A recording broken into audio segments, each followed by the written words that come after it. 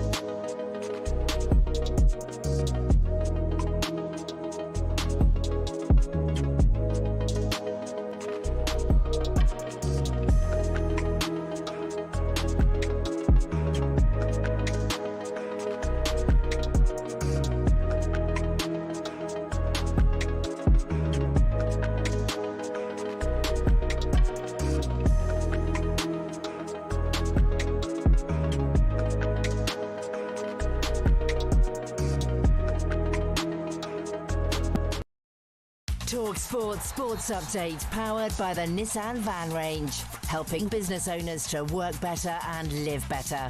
Search Nissan Vans or head to your local Nissan Van Centre.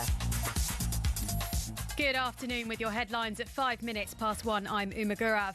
AJ's legacy will not be affected by getting in the ring with Jake Paul. That's from Simon Jordan this morning, but he says the big question is, should this fight be sanctioned?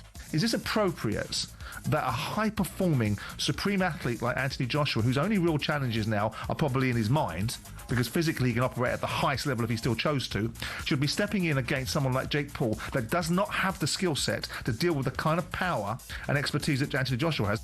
It's reported AJ's agreed to fight Jake Paul in Miami next month. Eddie Hearns told us he may also fight Tyson Fury in 2026. Before that, talkSPORT and DAZN will bring you live commentary of the Eubank Jr. Conor Benn rematch on Saturday night. We also asked Hearn why this fight's happening again. We just saw one of the best fights we've seen in British boxing history. I would like to see it again. The fact that we will have another 68,000 at Spurs tells you there is huge demand for the fight. When you talk about great fights for British boxing, outside of AJ and Fury, tell me a better one. Meanwhile, Bournemouth's Alex Scott has been left out of England's 23 to face Serbia tonight live on talkSPORT from 7 p.m. In rugby union, Lewis Rees-Zammit will make his first start for Wales since returning from the NFL against Japan on Saturday. And Mark Wood's now a doubt for the first Ashes test. The England fast bowler's gone for a scan on his hamstring after pulling up in a practice game. Here's Vice-Captain Harry Brook. Not ideal, is it? But that's part of being an extremely fast bowler. But like I say, I haven't seen him yet. I haven't spoken to him, so I don't know his current situation. And yeah, we'll see what happens tomorrow. Captain Ben Stokes was the pick of England's bowlers, taking 6 wickets on day one of their warm-up against the Lions. There's more Ashes build-up on the talkSPORT Cricket YouTube channel. talkSPORT News. A new report has found a 10-year-old girl was murdered by her dad and stepmum after authorities failed to properly investigate previous warnings. And police and crime commissioners in England and Wales are being scrapped. More from the news team at past. talkSPORT weather with QuickFit. With over 600 centres across the UK, most of which open 7 days a week, we're always there when you need us. QuickFit. Drive away happy every time. Wet in Northern Ireland, southern Scotland and northern England. Heavier rain moving into southern England this evening. Welcome to North London. Eubank Jr. versus Benn on talkSPORT. Let's get ready to rumble! This is insane! Never seen anything like this! The winner by unanimous decision, Chris Eubank!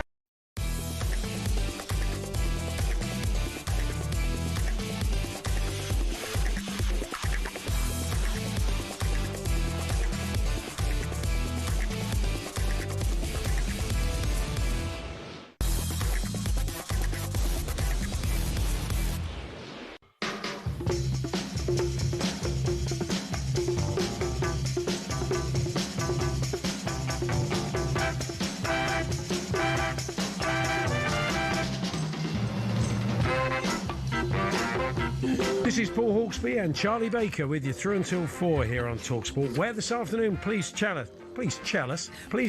Are you a cellist? Please chair us. Please chair us. Yeah, now there's another story. Please tell us what's coming up. Coming up over the next 3 hours, we will look ahead to England v Serbia tonight. Heavyweight Johnny Fisher gives us his take on AJ v Jake Paul and Eubank Benn. And we'll discover how a former England goalkeeper and teammate of Phil Foden's came to be handing financial advice to young players. Yeah, interesting story. Also go in search of your great excuses, plus Bob Dylan at Cov. And BAFTA-winning actor and former Wrexham youth Jason Watkins joins us to tell us why he's pulling on the boots again. Yeah, all this plus Tim Vickery has the latest from South America. Our mate ChatGPT makes a big announcement. Yeah. And we'll bring you another waste of half an hour. Kids game, birthday spread. That's it. That's all coming up. It is 9 minutes past 1. Good afternoon, everyone. Good afternoon, Charlie. 9 minutes past 1, Paul. But, you know, it is more important to hear about Anthony Joshua and what he's going to do next, because that is a huge story, Paul. It is, yeah. And we're going to have a chat with Johnny Fisher shortly about that, some of those big fights and some of those big stories. Eddie and chatting to Jim and Simon. And I haven't got the stomach for it as a fight. I mean, I just think if he's going to fight Jake Paul, what's it next? The kangaroo. Let's bring the kangaroos back. Yeah, it was cruel and no one liked it and it was hateful. But there's nowhere else to go after that, is there really? Well, I don't know. I mean, it's a bad look for boxing. Yeah. If he's going to fight within himself, then it's just a cash grab and everybody will be shortchanged. And if he goes the full gun, he could give him a good hiding and put him in hospital. That's not a good look for If you're boxing, Anthony is it? Joshua, you're not thinking, this is free money. Yeah, but that's It's free not money. the point, is it? I mean, the point for the whole sport. Boxing should look at itself around fights like that. I mean, Eddie said that they're having conversations, but this is different. I mean, he's fought other YouTubers, MMA fighters, the occasional retiring fighters, isn't he? He's Yeah, never fought yeah. anybody in. I was completely agree with what Simon says. I mean, I'm massively conflicted as a boxing fan. Every time I watch boxing, I'm sort of fully aware of that. Yeah. And I had this kind of dance with the devil that ultimately I know people can die in the ring, and it's a serious business. Yeah, that's the point. And fights like this, even the suggestion of a fight like this, it just leaves a really nasty taste in the mouth. But, maybe I'm out of whack. I don't know. It's all show business, Paul. It's always been show business's slightly aggressive brother, isn't it? In the end, it's repeatedly punching someone in the head as well, which you don't get Sunday night at the London or on Strictly. Although that may be a development in the next series. Strictly come punching. We'll take it, Paul. Why not? Yeah, that's right. We've come up with the TV format today, so don't forget to look out on your... we can't tell you what it is. It's a great idea. It's a brilliant one. We got a great idea. Anyway, look out for our... it's no Bean Island, but, look out for it. Bean Island was our best idea. That was right. I always thought that we could have got that away. I can't believe we never got that away, Paul. What you did, it was Love Island with all the kind of... the beautiful people. Yeah. But... Same people. Yeah. Same casting. Exactly the same people, but flatulent. Flatulent. Well, you give them more and more flatulent You give them a lot of ingredients. Roughage. Yeah. And today, Chardonnay, you're drinking 3 pints of Guinness. Yeah. And a lot of roughage. And some pulses. and some pulses. Yeah. And there we are. And then, obviously, it's... And whoever... I think I can say farts. Trump? Trumps. Let's say farts, Paul. Yeah, I think Trump's is a more offensive word these days, isn't it? Yeah. So, whoever farts first, they are people like us, come on. They leave the island. Load of middle-aged blokes come on going, one of us, one. Yeah. Well, come on we come to fight. It's Bean Island. For some reason, we've not found a broadcaster. No one's interested as yet, Paul, but we go forever. I went to see Bob Dylan last week, Paul. Yeah. It was absolutely excellent. I mean, a lot of people absolutely hated it. Around me because they're expecting him to turn up and just do the act he did in the 60s. But right. That's not what Bob Dylan is. Did he go electric? He's a true artist, Paul. He's a true artist. I did think he should have someone going around with him just as a tribute act, like in another room. Yeah. Like if that's what you want, go and watch the tribute act. Oh yeah, that's true. It's a good idea, wouldn't it? Stuff. But you tell me he's playing Coventry. He's playing Coventry City Arena tonight. Not there's an arena in the. So he's not playing at their ground. Not the football stadium. Okay. But in the arena. But me and my friend have been laughing all week about it, going, I love Brian Kilcline. Yeah. That's it. Ernie Hunt, Willie Carr. Let's see that free kick. Keith Houchin's diving header. Yeah. You've done some nice AI mashups of Bob in Coventry gear, doing the Houchin diving. It really suits him, Paul. Great excuses we're after today. We'd love to know your great excuses. Within reason, obviously, considering the time of day and knowing what the heartland's like. Because we're going to chat to Rob Moore later, and we're going to talk about the incredible game of darts that took an age to finish. It really I watched the end of it. It was 9-9. It makes the great darts players mortal in my eyes. Just like us all being stuck on double Christmas one. Day, double one. In the madhouse. But pros in the madhouse. There's nothing like it. Beautiful. But we're also going to talk snooker. Judd Trump has said that... one of the problems he's having at the moment, form-wise, is that the pockets, excuses go on. I mean, we're probably talking like half an inch, aren't they? They can make them bigger or smaller, can't they? I think because they're a bit bigger to rack up the bigger breaks, I think the idea is that some people can just fluke their way to good breaks. Right, yeah. They can hit a bad shot and it'll still go in. Pockets aren't that big. I don't think... Not the whole one. Not like the gutter, is it? On a bowling alley. The whole side of it is just that'd be nice. So anyway, great excuses, the sporting or otherwise, but ideally sporting. Those reasons why you heard or you played against someone at sport or played in a team environment and they said, I think the real reason I lost or we lost today was X. The best ones. Lovely, good excuses. Talksport.com, text 81089, tweet TSH and J. Johnny Fisher joins us first. Plenty of big fights for us to chat with the fine heavyweight about. He's got a fight, I think, coming up in a few weeks' time, back in the ring. Yeah. He'll tell us a bit more about that. He's been changing trainers as well. And as long as he doesn't change Chinese. No, Chinese, he won't be doing that. He won't be changing that, no. Henry Winter joins us, look ahead to England, Serbia. Claire Williams, former Williams team principal, joins us as well as things hot up in the world of F1. Yeah. So all that, ChatGPT, Jason Watkins, the fine actor, joining us for a bit of a football chat and more, and the birthday spread. All to come. We're here with our good friends at Toolstation. Check out Toolstation's unmissable deals, great offers on hundreds of trade brands. Next stop, Toolstation.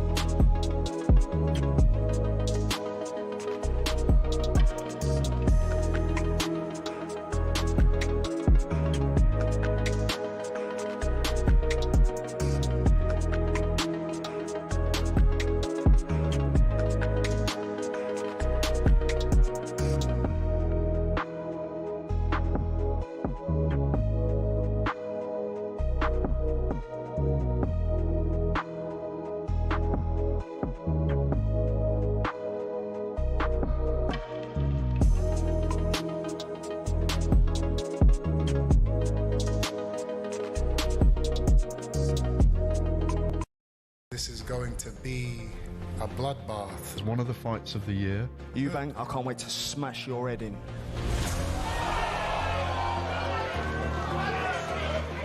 That's why he didn't beat me, and that's why he shall not beat me in November.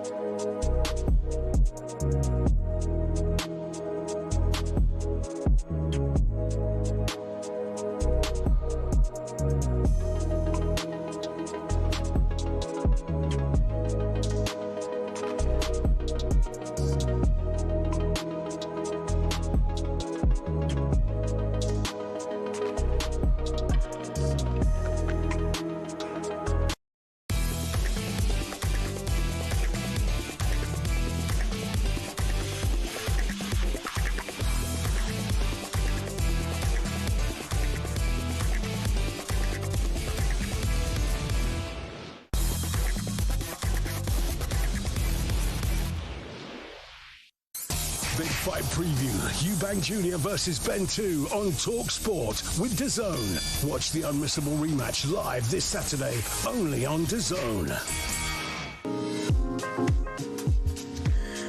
Now, this Saturday, Chris Eubank Jr., Conor Benn meet again in a highly anticipated rematch. So we're going to take a look ahead to the big fight now with DAZN. Eddie Hearn joined Jim White and Simon Jordan in the studio earlier on today and was asked about the potential of Anthony Joshua taking on YouTuber Jake Paul. Don't know if we'll fight Jake Paul yet, but next year we will fight in February, and then we will fight Tyson Fury if Turki El Sheikh delivers on his plans and strategies. We spoke with him in London this week. Everything that we do with Anthony Joshua will be in accordance with and under the guidance of Turki Al-Sheikh. He has given us amazing opportunities, and the game plan will be put together with him. Okay, well, joining us now, give us his thoughts on that and look ahead to his upcoming fight is heavyweight Johnny Fisher. Hi, Johnny. Hello, Johnny. Hello, guys. How are you? Yeah, all right? very good, thank you. Let's talk about your return to the ring, sort of 6 months on or so. You're fighting in France, is that right?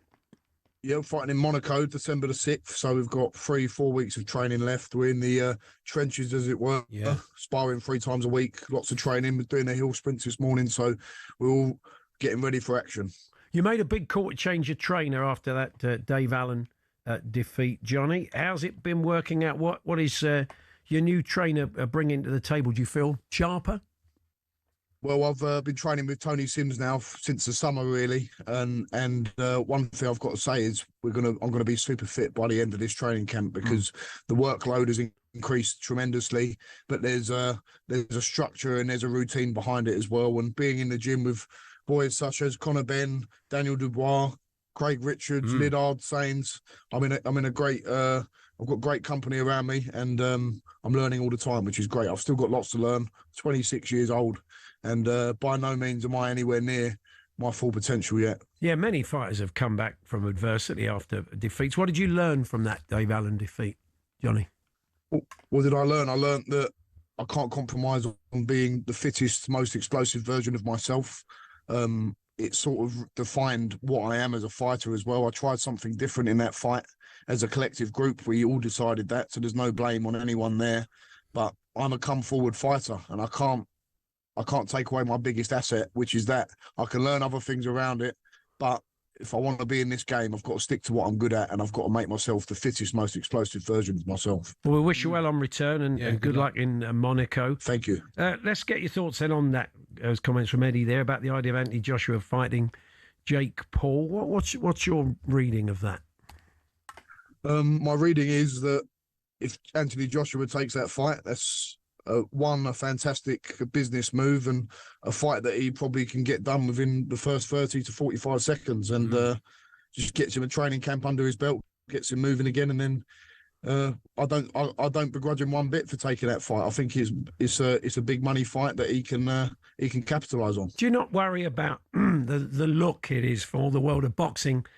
You're a bright guy, you got a degree, you could have done a lot of other things, you clearly love boxing, but don't you slightly worry that there's a massive golfing class between the two and that's potentially dangerous?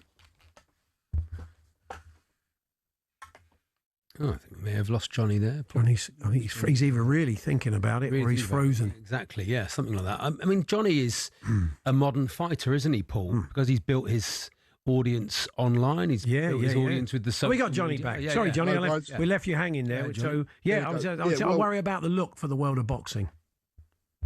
Yeah. Well, I heard you say about heavyweight boxing it being dangerous, but heavyweight boxing in general is very dangerous. I hope the guys and the border controller, whoever it is, sanction it properly.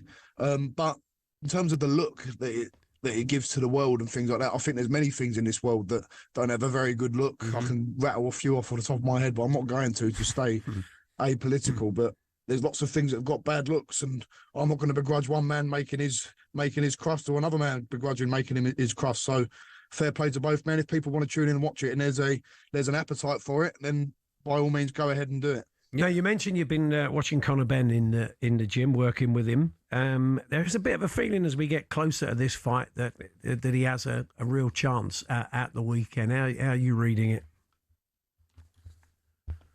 I think he's got a fantastic chance. I mean, the first fight, there was not much in it at all.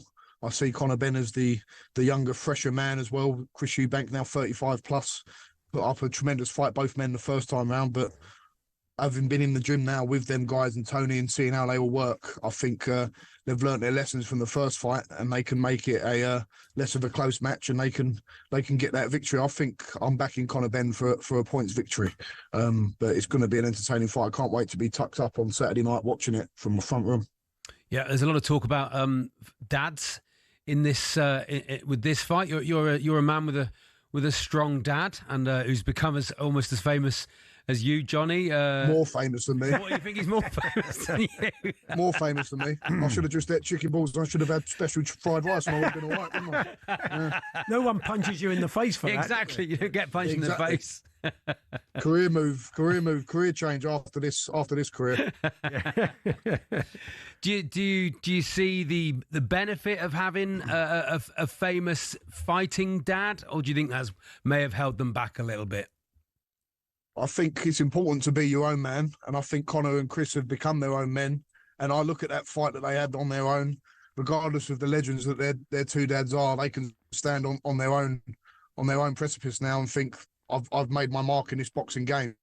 But having a dad in general, forget if they're a boxing legend or not, there's one man that cares about you more than anyone in this world, and it's your own father. Mm-hmm. So they're lucky to have two good men in their lives. They look like they're men that care about their sons, and forget everything else about boxing, about anything in life. If you've got your dad in your corner, you're a lucky man. You've been doing a bit of work with Daniel Dubois as well, I understand, Johnny. Is that right? Yeah. So you felt the power. What do you make of him when you spar?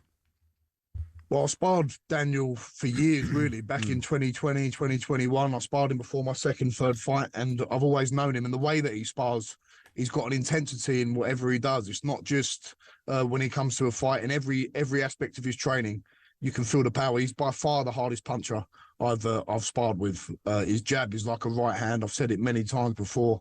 And I can see the hunger in his eyes is still there. And he's coming along nicely in this gym.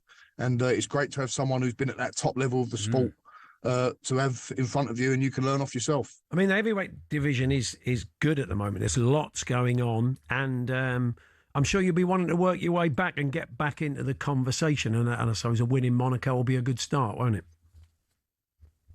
Yeah, that would be a good start. And listen, heavyweight boxing is a volatile game.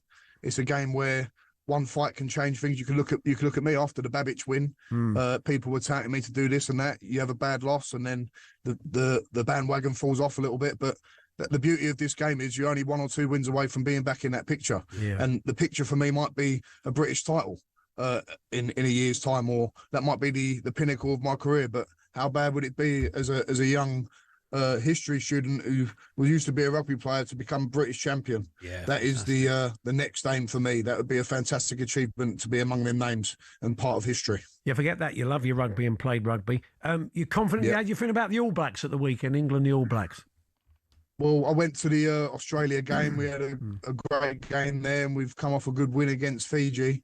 But we know the All Blacks bring a different level of intensity and professionalism. I hope we can do it. We seem to be in a good patch. Borthwick's doing a good job. But more importantly, I'm hoping we don't get whitewashed in the Ashes, and we start off well in the first test at Perth. Yeah, fingers crossed. Agreed. All the best, Johnny. Good luck in Johnny. Monaco. Thanks very much. Thanks, guys. Have a good one. Cheers. Thank you.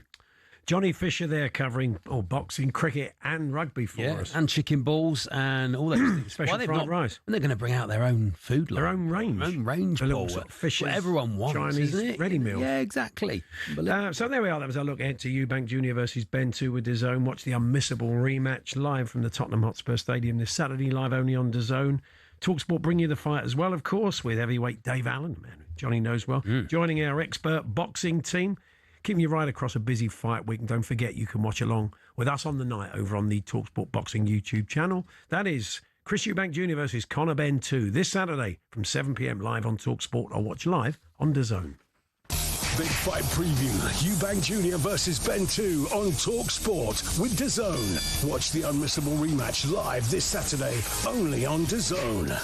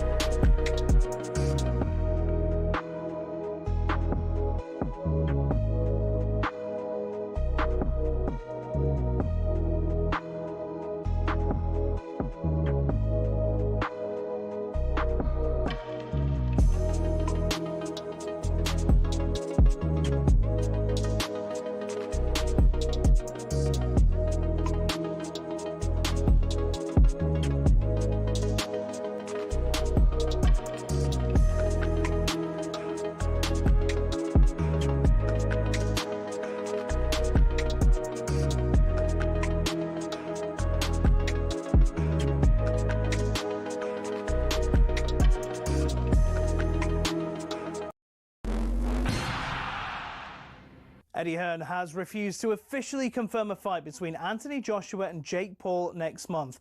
Simon Jordan doesn't think it would tarnish his legacy, but doesn't think the fight should be sanctioned in the first place. Is this appropriate that a high-performing supreme athlete like Anthony Joshua, whose only real challenges now are probably in his mind, because physically he can operate at the highest level if he still chose to, should be stepping in against someone like Jake Paul that does not have the skill set to deal with the kind of power and expertise that Anthony Joshua has? Hearn also suggested that AJ could fight Tyson Fury in 2026. Remember, we have live coverage of the Eubank Jr. v Benn rematch this weekend. All the build-ups on the talkSPORT Boxing YouTube channel. Elsewhere today, Bournemouth's Alex Scott's been left out of the England's 23 to face Serbia this evening. That game's live on talkSPORT from 7 p.m.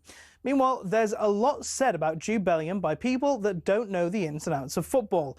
That from his captain at Birmingham City, Harley Dean, who's told us that Jude raises England's level with his winner's mindset. And he's a leader, even if he might not be the most outspoken or say stuff in the press. People will follow him, his daily habits, the way he acts, all the things he does. And if you've got someone like that around you, it's just going to benefit everyone. And cricket, England vice-captain Harry Brooks says it's not ideal that Mark Wood has gone for a scan on his hamstring. The fast bowler is now a doubt for the first Ashes test in Perth next week.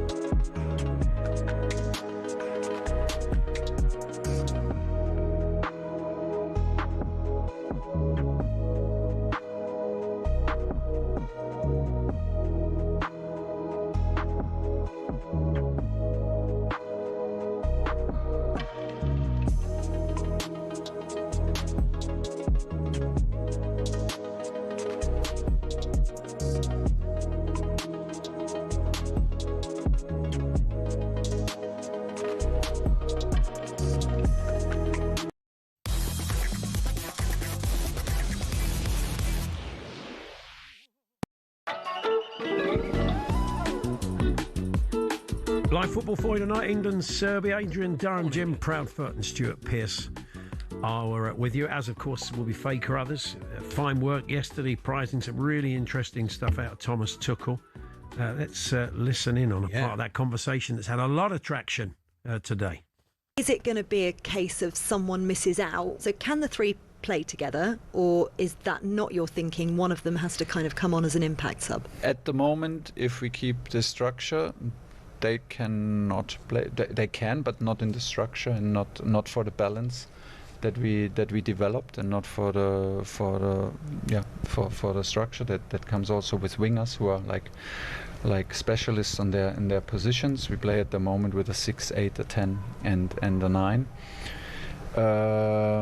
There's a lot of concurrence, especially in the number 10 position. If you think about Phil, who could play there, if you think about Jude, you think about Morgan Rogers, who played fantastic for us in this position. You have a Cole Palmer, you have Morgan Gibbs-White. So there's a lot of players, and there is the chance that we will not take everyone, simply to not because we don't like it, not because they don't individually deserve it, but we will always do what's best for the team. We will always do what's best for winning. We will always do what's best for a balance. Very interesting stuff. Henry Winter joins us now. Good afternoon, Henry. Hello, Henry. Hi, Paul. Hi, Charlie. An answer that makes absolute sense. Yeah. But there's been plenty of other England managers in the past who didn't go down that route, Henry. Well, yeah, the golden generation.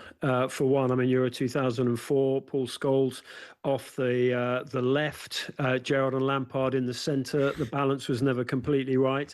So, yeah, I mean, everything that, Faye was eliciting from Tuchel yesterday just made simple sense. I mean, he's been throwing numbers around all week and just saying you are a 9 or a 9.5, you are a 10, Bellingham's a 10, Anderson's a 6, Rice is more of an 8.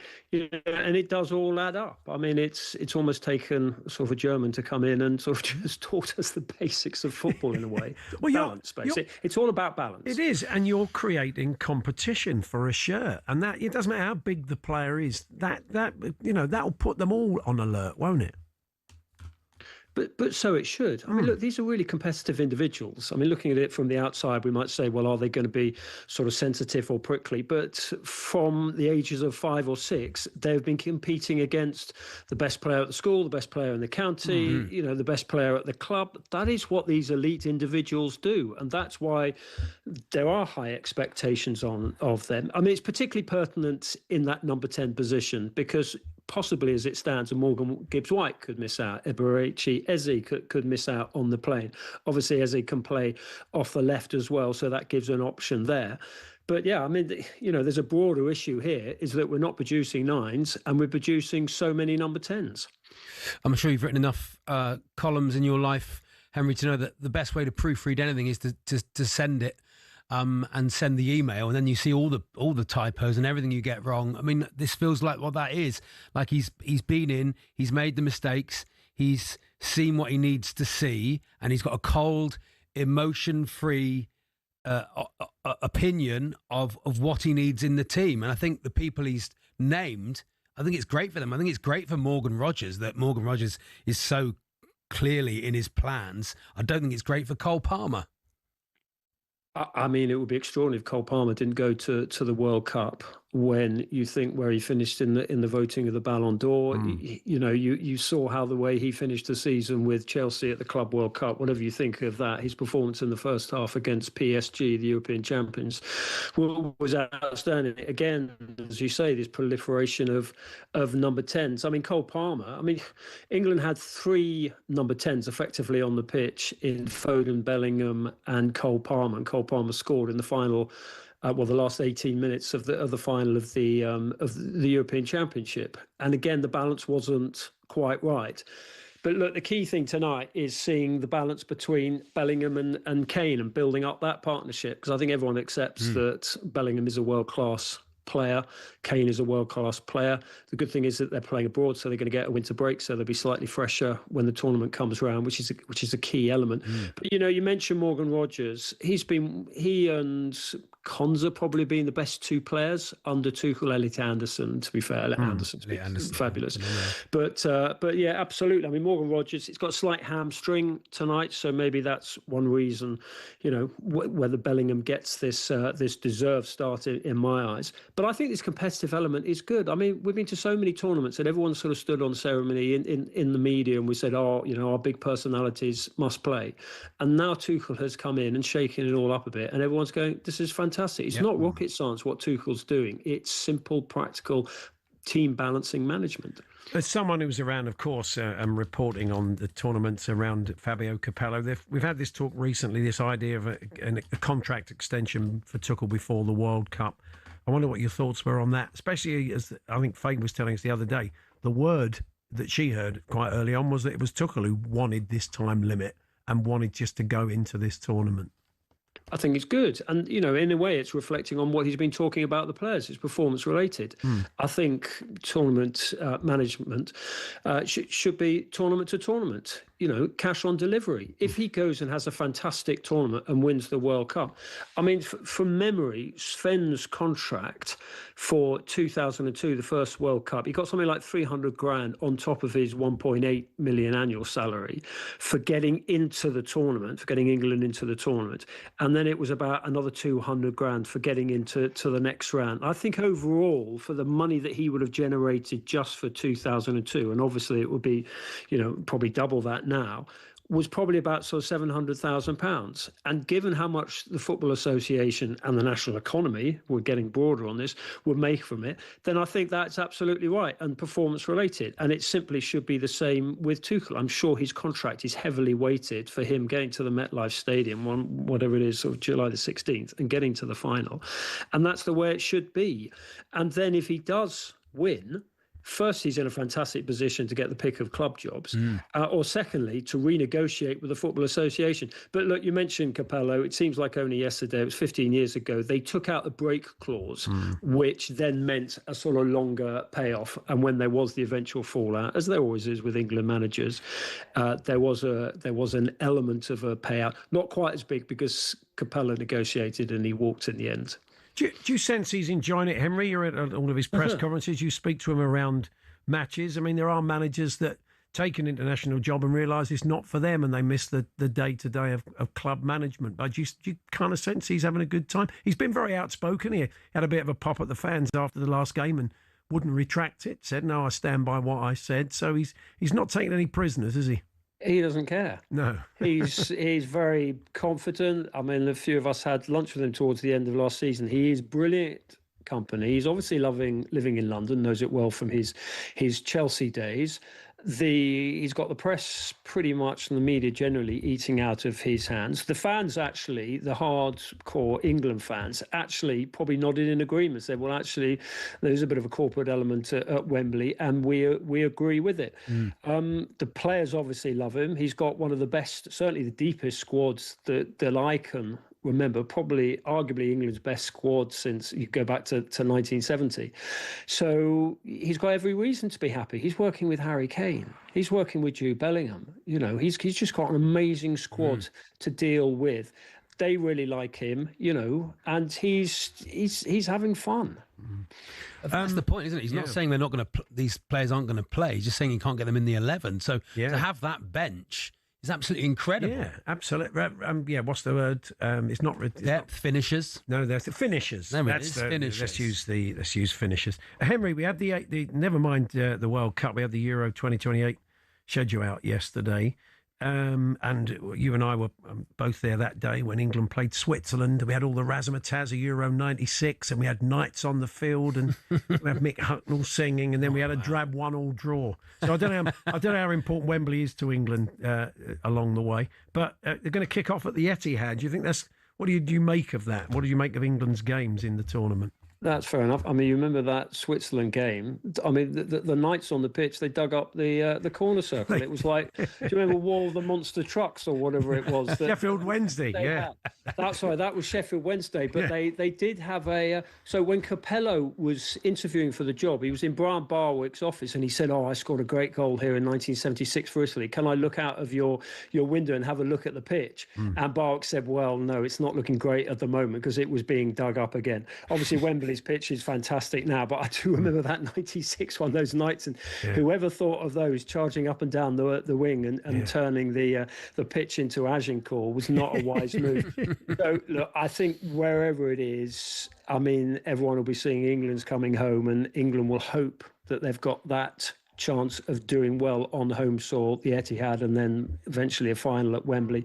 But you know what? This is the tournament because Harry Kane is 32. This is the time to strike. And when Harry Kane eventually moves on and retires internationally, who comes in? Yeah. That's the question, isn't it? We've talked a lot about this. You know, it's really difficult. I mean, there's no one can really step into those shoes. No. Henry, thanks so much. We'll catch up with you soon. Pleasure. Take care, guys. Henry Winter there. And the latest episode of the talkSPORT Daily podcast is available, as Faker Others is joined by Henry, our host at the Sunday edition here on talkSPORT, live from Spurs training ground as England prepare for their final 2 World Cup qualifiers starting tonight on talkSPORT against Serbia.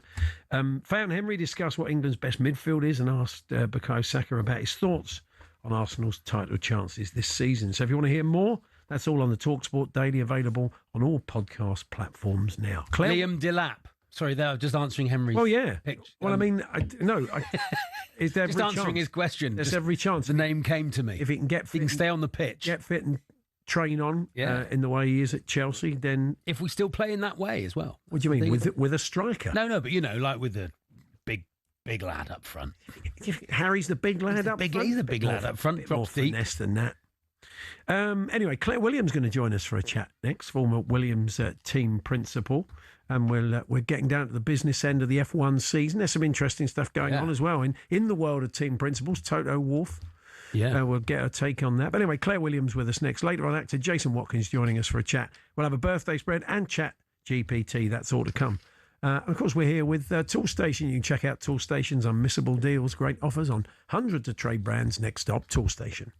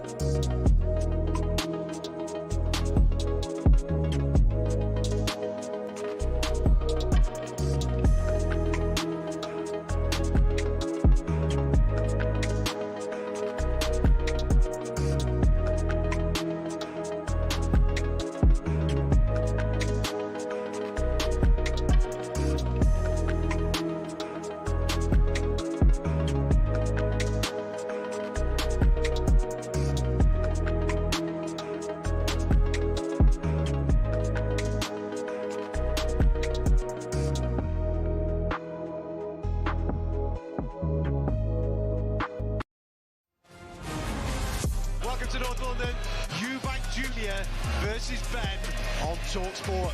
Let's get ready to rumble! This is insane! Never seen anything like this! The winner by unanimous decision, Chris Eubank! This is a moment in time that we will never forget. And the final scene absolutely delivered. We'll catch you next time.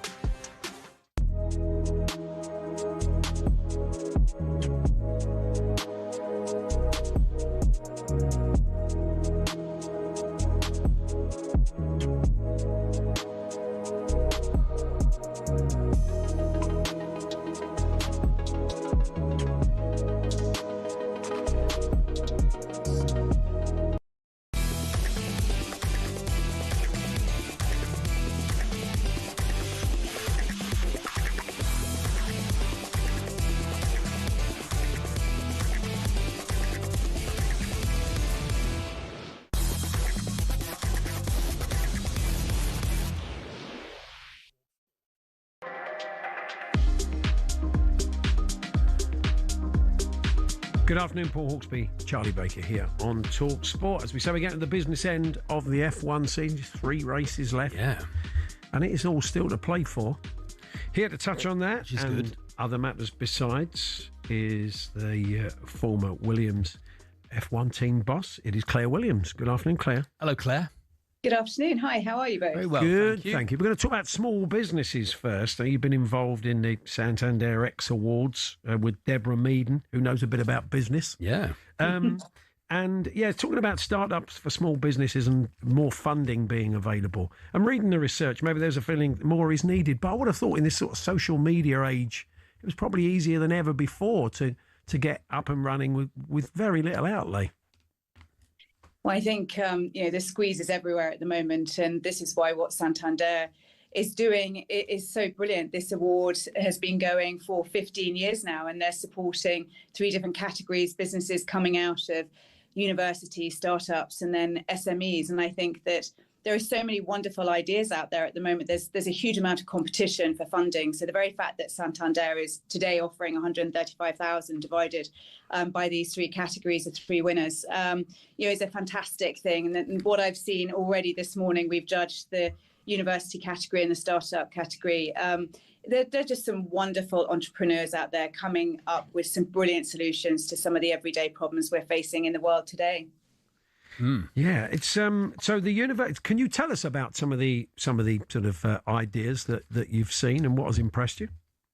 Yeah, absolutely. So there's a company at the moment that's looking at producing a tiny pod that gets placed in soil in order to aerate and to hydrate the soil. I think we're looking at, courtesy of climate change, a real problem with harvests moving forward around the world, to the point where the majority of the soil globally will be inusable. So where does our food come from? So clearly, a company that's trying to find solutions in this space is hugely important. But then, touching into the medical space as well, solutions to diagnose Parkinson's, for example, sooner, a program to support based on AI, based to support doctors out there.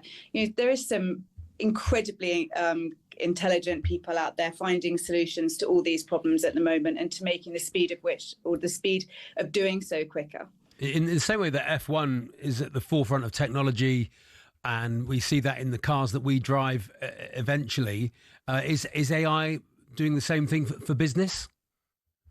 Absolutely, and we're all monitoring where AI is going at the moment. But you touched on manufacturing there and what it can do in F1. I mean, it can play a significant role in Formula One, in wider business at the moment, to speed up processes and efficiency. But I think there's definitely a balance, as we all hope, don't we? We've still got to have the human touch. We've got to have humans employed. You've got to find that balance. But I know that clearly in Formula One, teams are adopting it rapidly, because it will do huge amounts for performance, both on the racetrack, but also operationally at headquarters as well. So not many races left now, Claire, for the F1 season. And when you were at Williams, you were in and around the mix at this stage, so you know what it's like. What's going on in the teams that are, the 2 teams that are still sort of shaping up and pushing to win? that competitive spirit is coming out. Those teams will be all guns blazing going into the last races to try and secure the Drivers' Championship. And we've seen such a brilliant fight over the course of the 2025 season. McLaren have dominated the Constructors' Championship, and that's great to see a turnaround that Zach Brown and his team in Woking have been able to effect is quite extraordinary, taking a double Constructors' title in the row. But I think probably at the start of the year, we all probably felt that Oscar Piastri was in clear charge of the Drivers' Championship, and that hasn't really materialised in the second half of this year. We've now got a real fight courtesy of Lando coming back, and it's great to see. It's great to see the Drivers' Championship going down to the wire, and I'm sure all the Formula One fans out there are really enjoying watching the racing this year. With a McLaren 1 and 2, what is it like trying to keep both your drivers happy? It must be difficult. It's not an easy piece of work. I think that at McLaren, in Lando and Oscar, they've got two quite relaxed drivers, but equally, they're both competitive. They both have fought to get to where they are in Formula One today, and both of their dreams for many, many years will have always been to win a Drivers' Championship, and they will take that fight to each other on the racetrack. But trying to manage that isn't an easy piece of work. You're going to have best laid plans going into every Grand Prix. You're going to have the conversations with your drivers to keep it clean, keep it on the racetrack. But racing is a bit of a crazy business. You don't know what's going to happen when the lights go out. It's not easy to manage, and we can all look on a Monday morning and go, why did they make that decision? Why did they do that?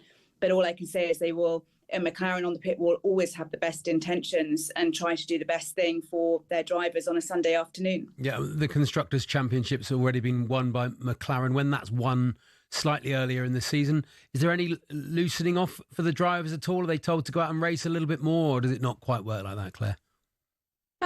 I think there probably is to some degree. I think it very much depends on what team you are as well, because all teams have different strategies depending on invariably what your business models are. But yeah, I think will always be that, you can go off and race a bit more now, go and have a bit more fun, because we've won the Constructors, and for most teams that's the priority, and then they can allow their drivers to perhaps race a bit harder, and that's what we're going to see, and that's what we have been seeing, this brilliant race between Lando and Oscar, who are doing such a good job flying the flag for Formula One and trying to keep it as clean as possible. Lewis Hamilton has called his first season at Ferrari a nightmare. Have you been surprised, Claire, how difficult it's been for him? I think to a degree, but I think we can all probably underestimate how hard it is for a driver to change team. Lewis was at Mercedes for a long, long time, and when he first arrived at Mercedes, that team was kind of new. He was able to shape it in the way that he perhaps wanted to a bit, and he's now transitioned over to what is a really different team with a hugely different culture. Ferrari, it's Italian. They've got the Tifosi. They will have a very different way of doing things. And even someone of Lewis's caliber and experience is still going to take some time to settle in. He wanted to go to Ferrari inevitably to fill the childhood dream that I think all Formula One drivers have, to wear the red overalls with the prancing horse. And we've just got to, I suppose, give it a bit more time, see what happens going into 2026. But sometimes these moves, they work out, sometimes they don't.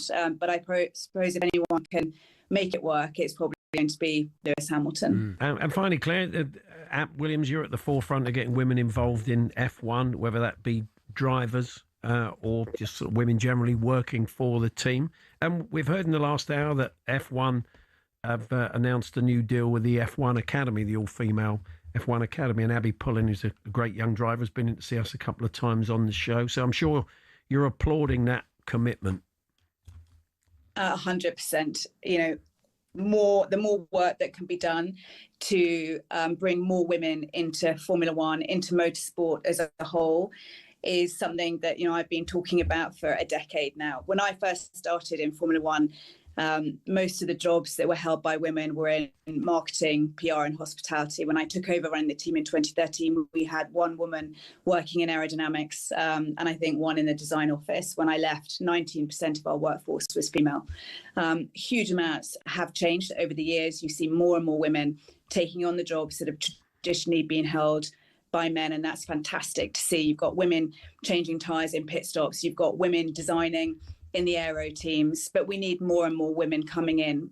So to see the F1 Academy have this new contract is a fantastic thing, because those women are the role models. They're the ones that can inspire the next generation to come in as drivers, but equally behind the scenes producing these brilliant race cars that they get to drive.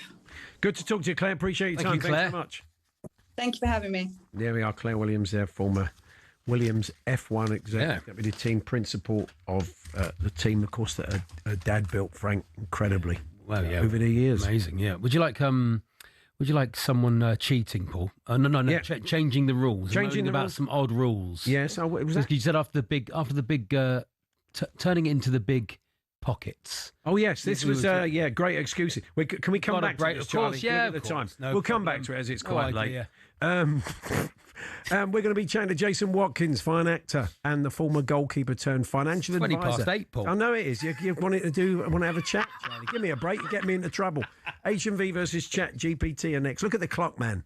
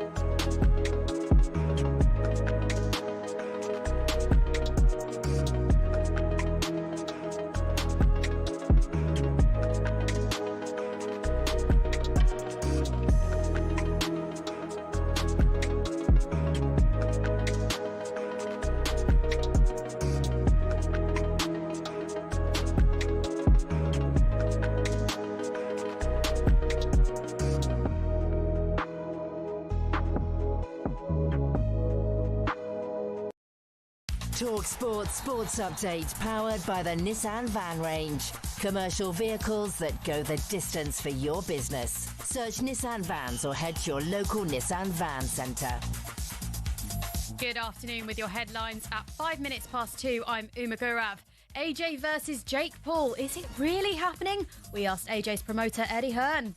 Should Jake Paul be fighting Anthony Joshua? No. Is he mad to do it? Yeah. Is there tens and tens and tens and tens of millions of dollars for Anthony Joshua to have an 8-round run out against Jake Paul? Yes. And that's why you're doing it. We're not doing it. We're considering. But heavyweight boxer Dave Allen's told White and Jordan he'd lose respect for Anthony Joshua if he gets in a ring with Jake Paul.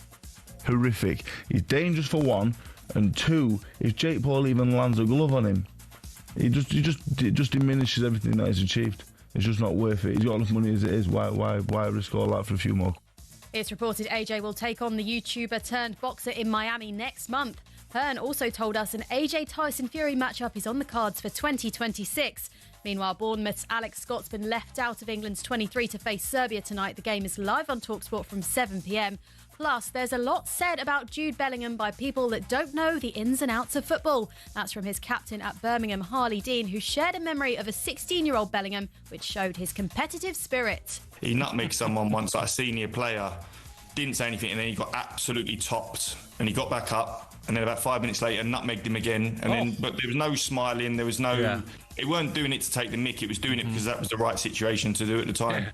Elsewhere today, we understand Southampton are seriously considering appointing interim boss Tonda Eckert as their new interim boss. Sheffield United have signed former Leeds striker Patrick Bamford on a short-term deal till January, and Mark Wood is a doubt for the first Ashes test after going off with a hamstring injury in England's warm-up match. All your latest is at talksport.com.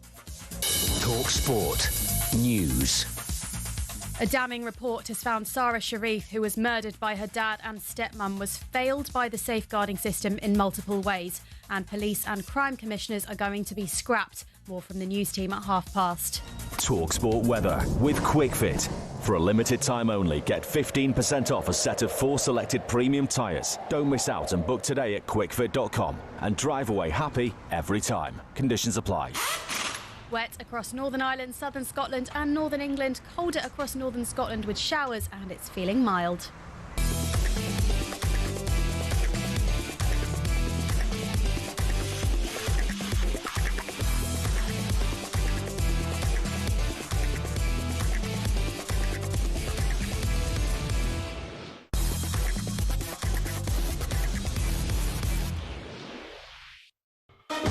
Paddy Power on talkSPORT. With Paddy's Super Sub, your new bet rolls over to the new player coming on. T's and C's and exclusions apply. 18 plus. BeGambleAware.org.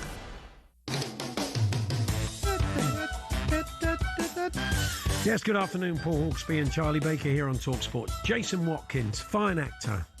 And not a bad footballer. Amazing actor, yeah. I didn't know he had a football background, Paul. No. That's interesting. He's pulling the boots back on again. But before all of that, we're going to chat to him later on. An H&B versus ChatGPT. But time now for our bet builder with our friends at Paddy Power. We welcome Fern Buckley once again. Going to look ahead to tonight's World Cup qualifier as England take on Serbia at Wembley. Hi, Fern. Hey, Fern. Hello, guys. How you doing? I'm very well, thank you, Fern. Can you tell us how the bet builder works briefly? Yes, of course. If people haven't listened before, we make some picks across combination of bets, different markets, add them all together, get some overall value, and then Paddy Power, chuck a tenner on it, hoping that we get it right, because if we do, the winnings go to charity, the Attitude Foundation. We've tried to be quite... we want to win, Paul. Conservative. We do want to win. We've not gone for big odds. I don't have the odds. I've just gone. I doubt. I've just gone for an England win. Yeah, and it is the most popular bet on Paddy Power. It was a 5-0 win against Serbia back in September. They've won all 6 of their World Cup qualifiers so far. Perfect defensive record. Serbia have been struggling defensively. They conceded 7 goals, only won 3 of their games. So for a victory for England, it's in at 2-9 on home soil. What are you going for, Charlie? I've gone to Kane to score at any time. Yeah, he got the first goal against Serbia in Belgrade, scored 6 goals in the World Cup qualifiers, and he's on fire at the moment in the Bundesliga, 6 goals in the last month alone. So for him to score at Wembley, that is in at 4-6. Producer Sean has been watching what's been going on in the Premier League. He's one. Sasha Lukic to be booked. I mean, he's been picking up a fair few for Fulham at the moment, so that's quite possible. He has, and also he's making it a bit of a habit in games against England. He got one in the game in September, also got one in the Euros. So for it to happen in this match, it's on Paddy Power at 13-8. The most popular bet with Paddy punters, the People's Pick Rashford, 1+ shots on target. Again, that feels pretty likely. Yeah, I think it's fair. Nearly 1,000 people have this in their bet builder. Rashford's recorded 1 or more shots on target in 7 of his 12 Liga appearances this season. That is on at 1-4, and yeah, like I say, it's a popular one.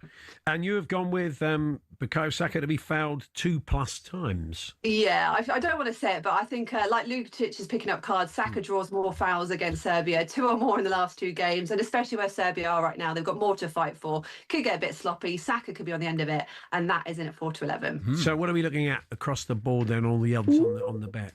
Not too bad. All it adds up to 8.5 to 1. So from a £10 bet, you can get a return of £92 tonight. And if we get it right, of course, it all goes to charity, the Attitude Foundation. Great stuff. Surely this week. This is the week. It has to happen. This is the week. This is the one. Andy always does for us by trying to get the correct score. Oh, does in he? a bet build. I tell him not to do it, but he does. Anyway, thank you, Fern. We'll catch up with you soon. Thanks, Fern. Cheers, guys. There we are. That was Paddy's bet builder for today. Minimum odds 1 to 5 per leg, 18+. BeGambleAware.org. Paddy Power on talkSPORT. With Paddy's Super Sub, your new bet rolls over to the new player coming on. T's and C's and exclusions apply. 18+. BeGambleAware.org. H&B versus ChatGPT. So here we go again then, trying to predict scores of upcoming football matches. And we take on AI. We take on AI. AI, the whole of AI, Paul. The AI knows everything. The future. Should win this every week. The predictions you're about to hear are the thoughts of artificial intelligence, not necessarily the delivery system, which is quite low budget. So we apologise up front if you haven't heard this before. It's not the fruity continuity announcer voice you get on your computer. I think we've been nice to AI Paul, ChatGPT, because when the robots eventually turn over, they'll go, "Oh, it's all right. You lads had a nice, you had a nice game with us." When they take over the world, they'll they'll go, "Oh, leave those two. Our robot overlords. Don't laser them." Yeah, that's it. We might be allowed. We might be the only humans. Exactly. We'll be me and you, Paul. The only. We won't last for long. Though. A bit bleak. We drive each other. Just mad, me and you walking round. Yeah. It's fine for a couple of hours on a Thursday, but not the only 2 left. Imagine we get on each other's nerves after. Remember when Derek Dawkins scored for you? Oh, you said it. Yeah, I know all about talking. Talk about talking. I'm talking about the Alsatian. Okay. Last week I got 4. Don't ask about the scoring system. AI came up with it and it's rubbish. But anyway, I got 4 last week. I'm still top. I know, you're still doing well, Paul. Very good. You got 5 last week. That was good, wasn't it? Yeah, thrashed.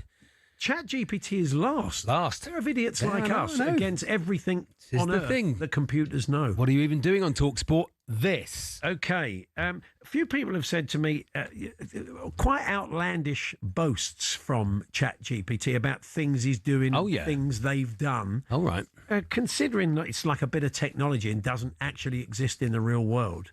I mean, I thought that was a bit tight and a bit unfair. A bit much, yeah. So maybe he wants to defend himself. Chat, what have you been up to this week? I am fighting Anthony Joshua, lads. He's fighting Anthony. That does kind of back up what everybody's been saying. Is that right? Fighting Anthony Joshua. Unless Jake Paul wins. Oh, right. I don't think he's going to. Yeah, sure. I have got a warm-up fight against Angry Ginge. Angry Ginge. That'll be popular because he's in the jungle, so a lot more people will know him. And I think ChatGPT versus Angry Ginge could be on the undercard of Anthony Joshua versus the Kangaroo, which we're guessing will be his next fight. Anything else you've been up to? Thomas Tuchel said I can play in the 10. Oh, that's I'm going nice. to Thomas Tuchel, yeah. Thomas Tuchel. Yeah, Thomas Tuchel. And other football managers. I'm opening. That's what else are you up to? Opening the bowling at the Ashes. Oh, okay. That's nice. Bit of a fantasist, Charlie. Yeah. Walter ChatGPT Mitty. Yeah. Let me play the spread, Paul. Let you play the spread, Paul. That'd be nice. Eat it. Eat it, yeah. A waste of half an hour. Doing all your material. He's doing my bits now. Jeff Topper Peters. It is a happy birthday to ha ha ha ha ha. There has to be a joke. Basically, yeah. Michael Bubble Kate Mel James Cullum. Ha ha ha ha. Michael Bubble. Kate Mel James Cullum. Eat it. Eat it. Let's get on with it, shall we? Bit of a fantasist, it's fair to say.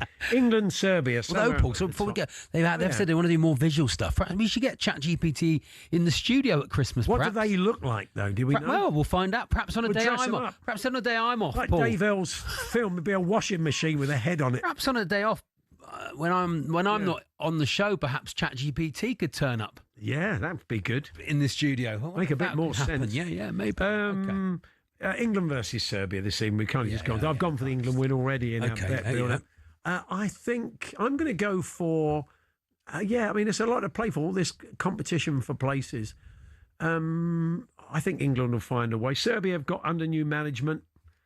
I'm going to go 2-0 England this evening. Probably not a thriller, but they'll get the job done. 2-0. Charlie Baker. Yeah, I think they might. Look, they've qualified, haven't they? I'm not going to say they're going to take it easy because they're not, but they've qualified and they know it's all moving in the right direction. I'm going to say 1-1. 1-1. Okay. Blimey. All right. And chat, what say you? With flawless qualifying so far, they will want to maintain standards at home. I predict 3-0 win for England. It's a bit more comfortable, says chat. TalkSPORT listeners home in the car. Exciting night for Irish football fans. They'll get to see Ronaldo potentially score his 150th goal, although they're probably going there to watch Ireland win. You'd think so. Yes. I imagine Ireland will make it difficult for them, but they've put out a very strong team. And I think they'll get the job done. And, of course, he'll score. He'll find a way, even if it's a pen or a free kick. 2-0 Portugal this evening. Sorry, I agree that Portugal will win. I'm going to say 3-1 Portugal. Really? Okay. 3-1 Portugal. And what say you, chat? Portugal are clear favourites. They are unbeaten in recent meetings against Ireland. And strong in World Cup qualifying. 2-0 win for Portugal. 2-0. That's the same as you. He said that was he's gone. Cheeky, he's gone for the same one. It's Luton Rotherham in League One, Paul. We got that game for you. TalkSPORT 2. Oh, very nice. Exclusive in League One.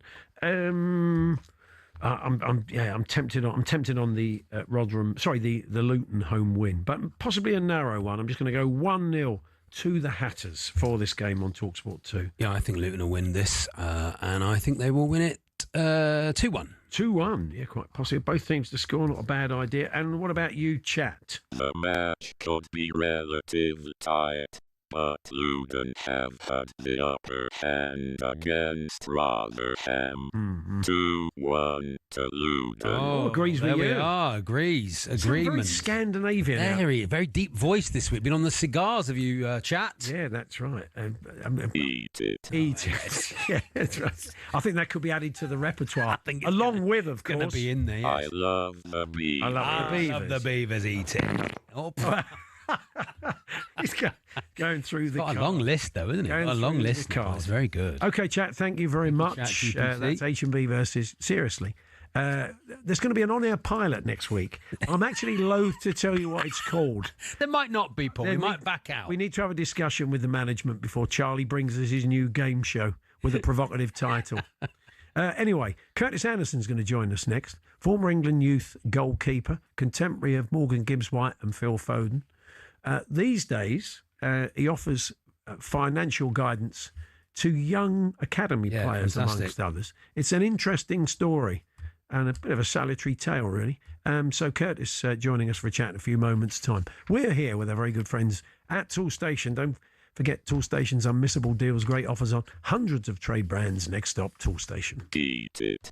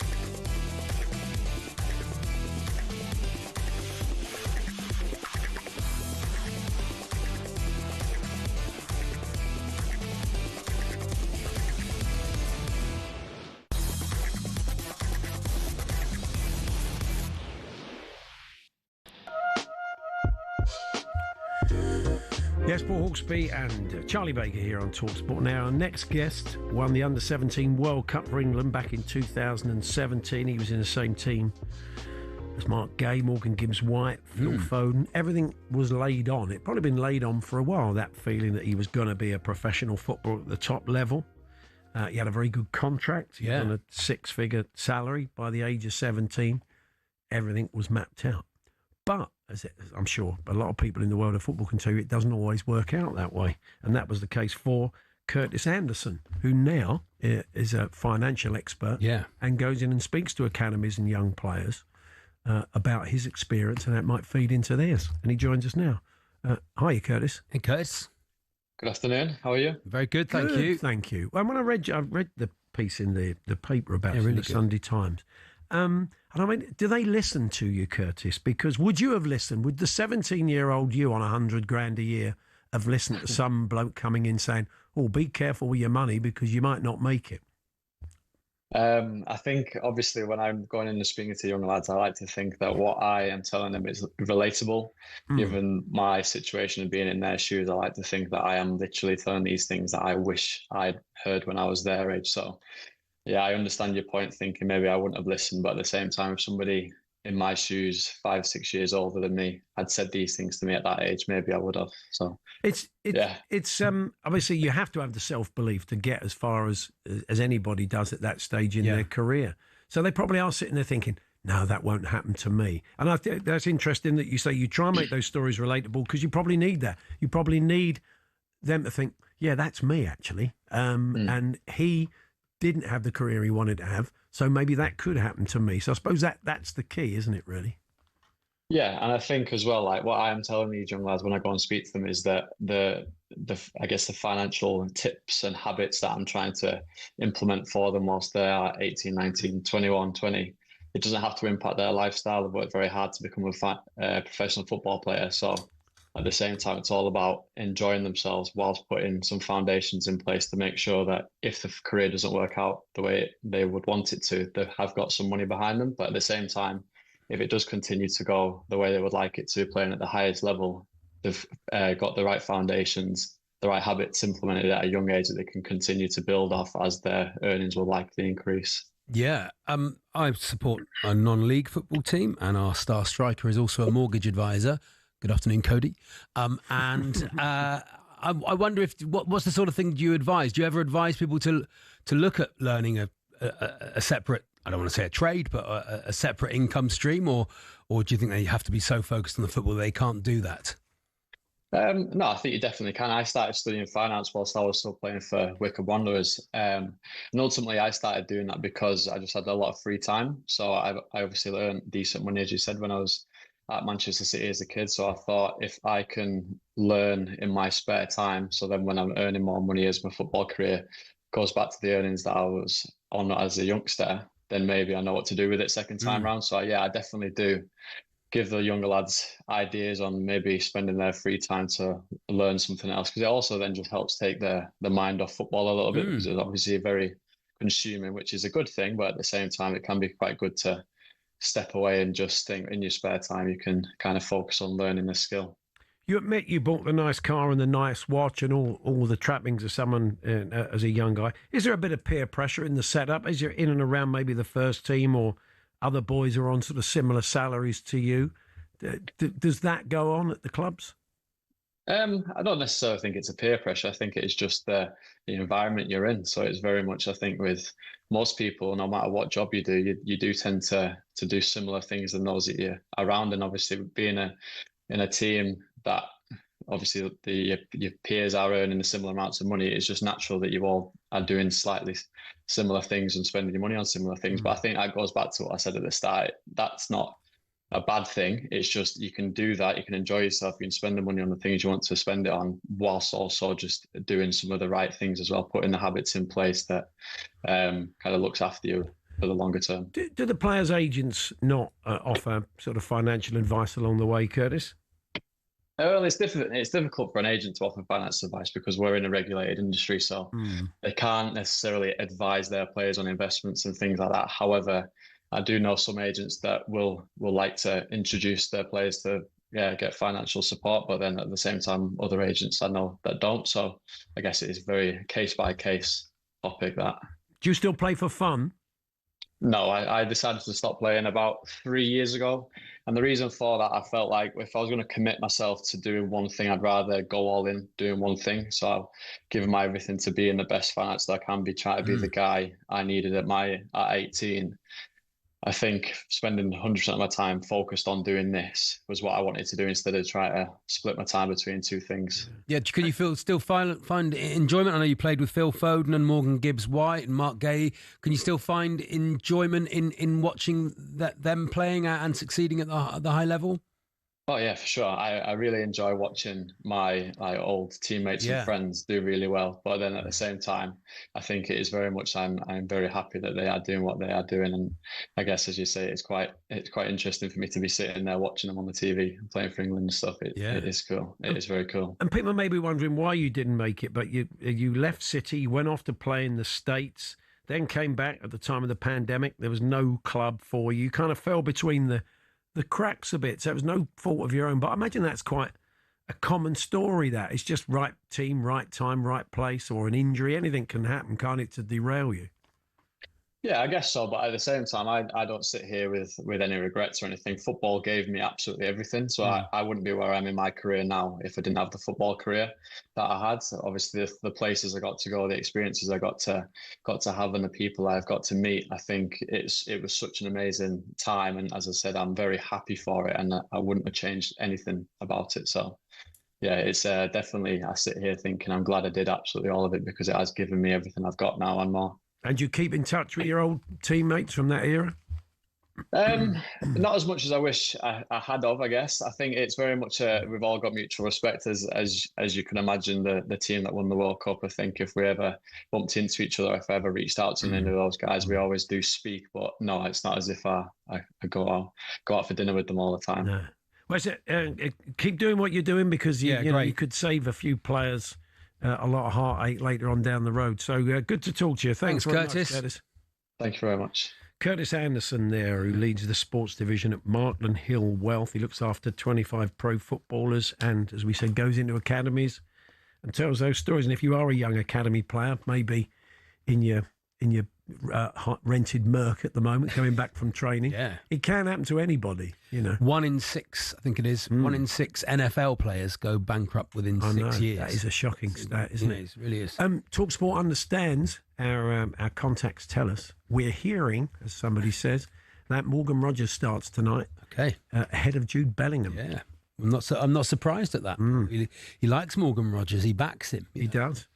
We're going to have a chat with Jason Watkins next. Fine actor. Pulling on the boots for a very good cause, and maybe chatting about his days of playing against Mark Hughes. I'm fascinated by this. For Wrexham. Amazing. Anyway, Jason Watkins up next.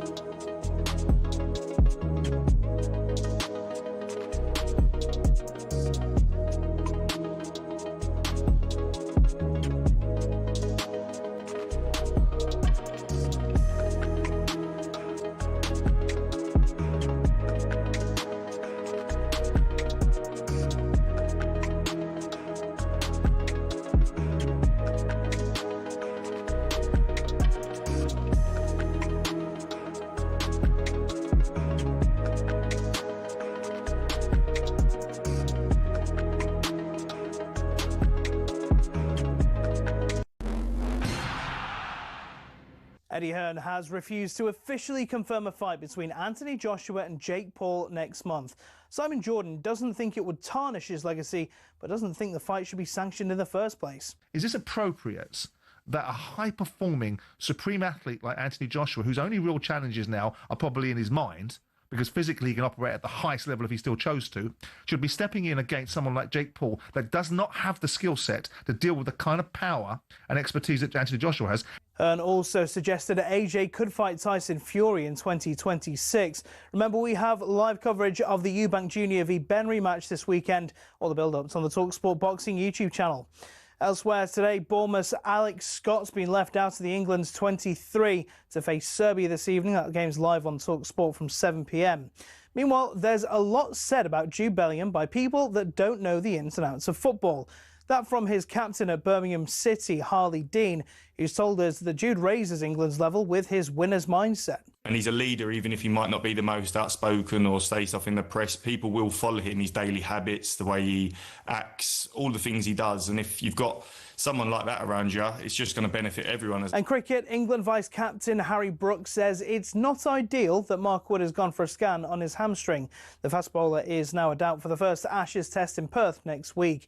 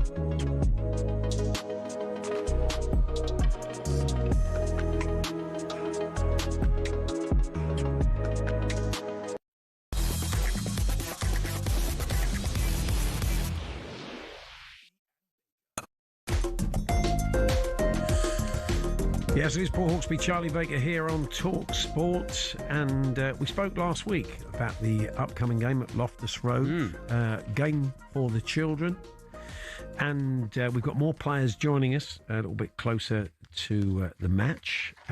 Joining us now, though, is the fine English actor, and indeed, not that we realised, one-time Wrexham player. Well, maybe that's talking it up a bit. He'll tell us.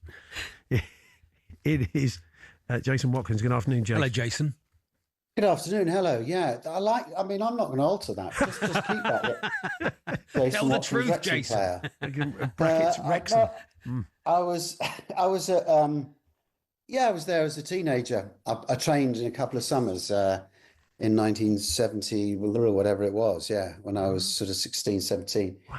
We had a teacher in Hounslow, where I'm from, which is obviously West London, and we had an exchange visit out to Wrexham. He had connections there, and so their area boys came to play at ours, and we went over there, and they sort of spotted me playing against the Wrexham area boys, which included Mark Hughes in their lineup, and I think they won 7-4, typical under 15s game, and I think I scored.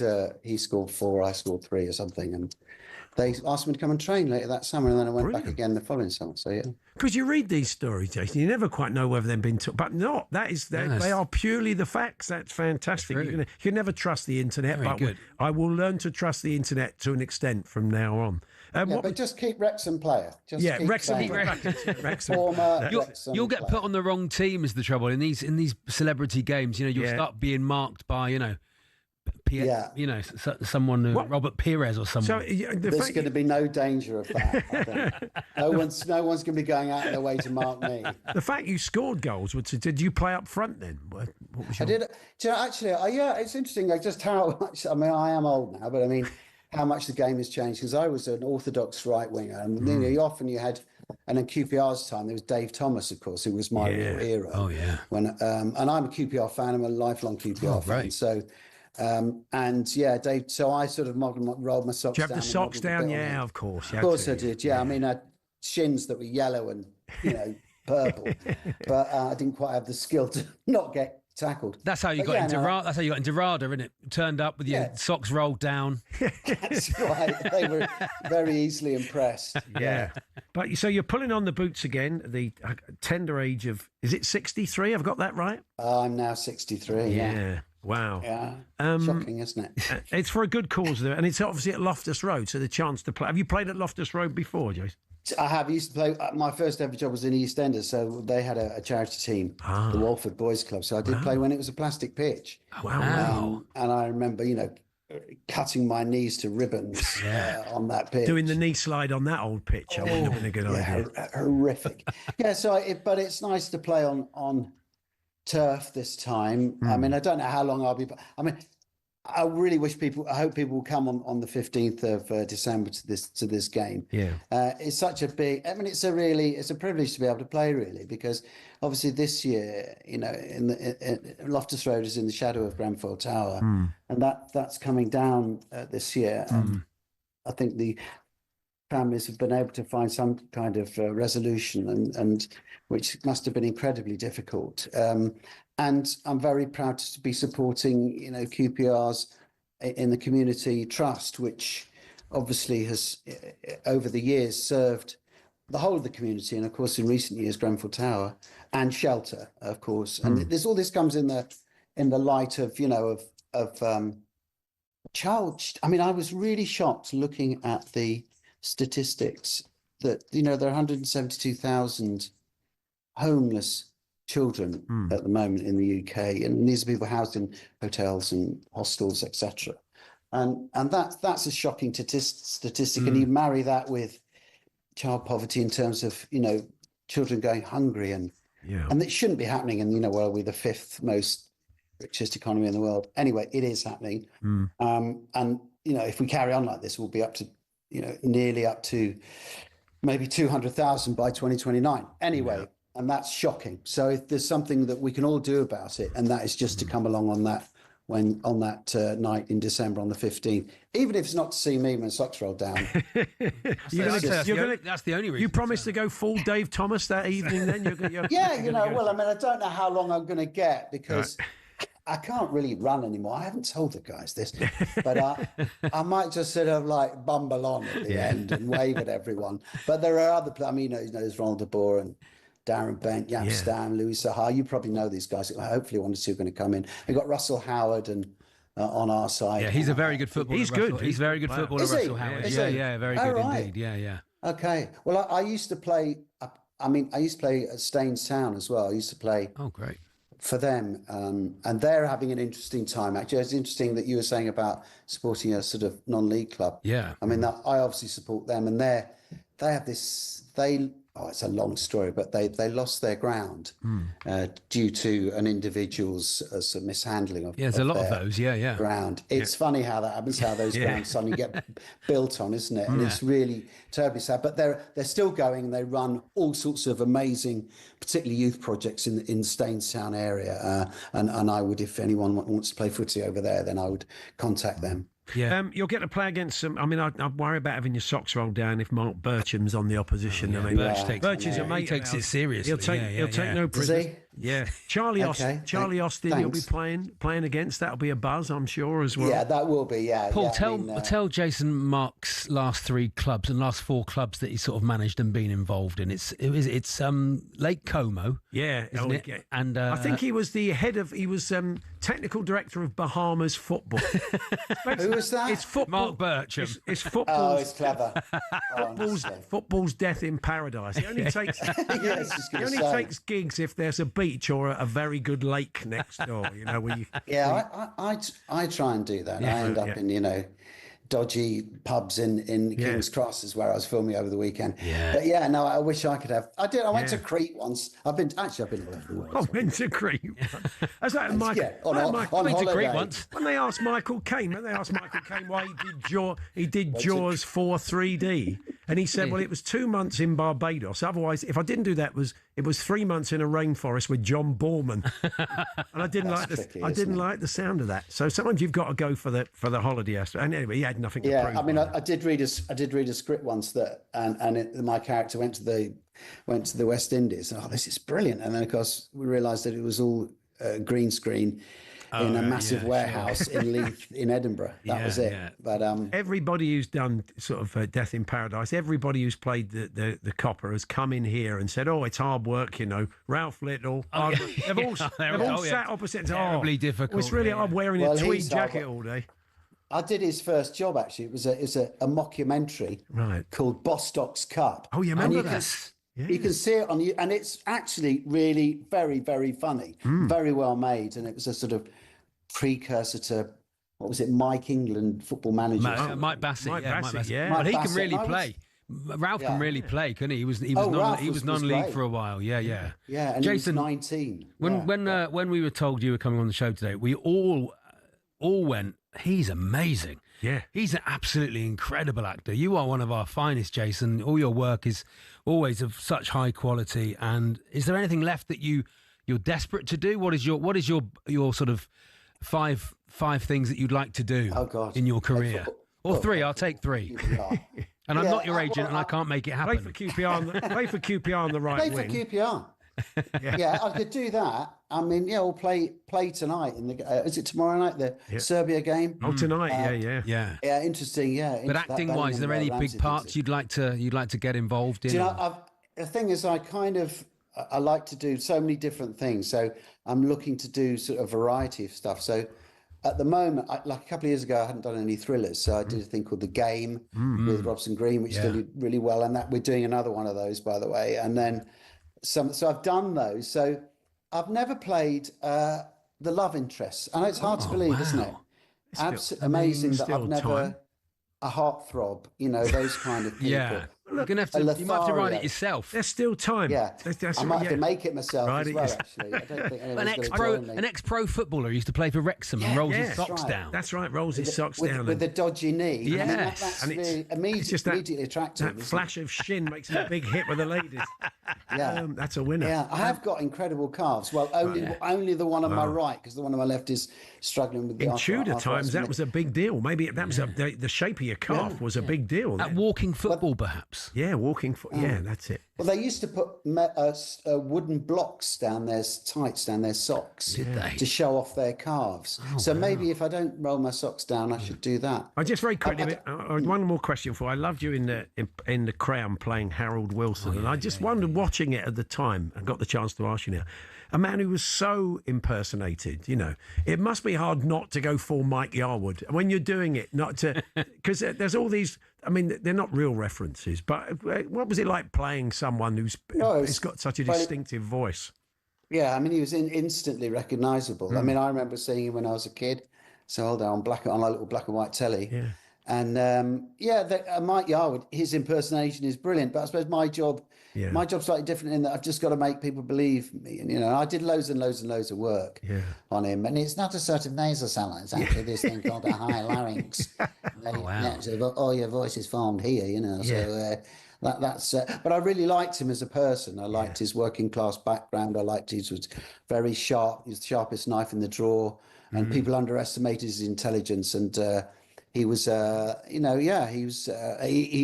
made put a lot of equality laws through and stuff like that. And it was sad. His demise was sad because of having Alzheimer's and this once amazing brain and compassion. I mean, and you think about the things that spur politicians on, and sometimes, of course, it's just basic ambition. But other times, his father was made redundant, and he'd never forgotten that. When he was a kid, he'd never forgotten the effect that had on the family. And of course, he went into political life trying to protect families in that way. And in a way, we're modestly modestly trying to do that in this football match. Well, enjoy your night at Loftus Road. Good to talk to you, Jason. It's been a pleasure. Thanks very much. Likewise, great to meet you guys. Game for the children is being played Monday the 15th of December, 7:15 kick-off. Tickets £30 for adults, £20 for seniors, young adults and juniors £10. You can go to qpr.co.uk/tickets.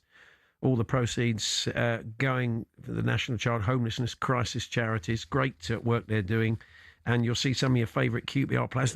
Our own Benty's playing. You're going to see some great players on show. I'm available, Paul. If they need any more players, I'd love to pull my boots on if anyone's listening. I think they're fine. You're all right. So, anyway, it's Paul Hawksbee and Charlie Baker here on talkSPORT. They're very good friends at Toolstation. Available Monday 15th.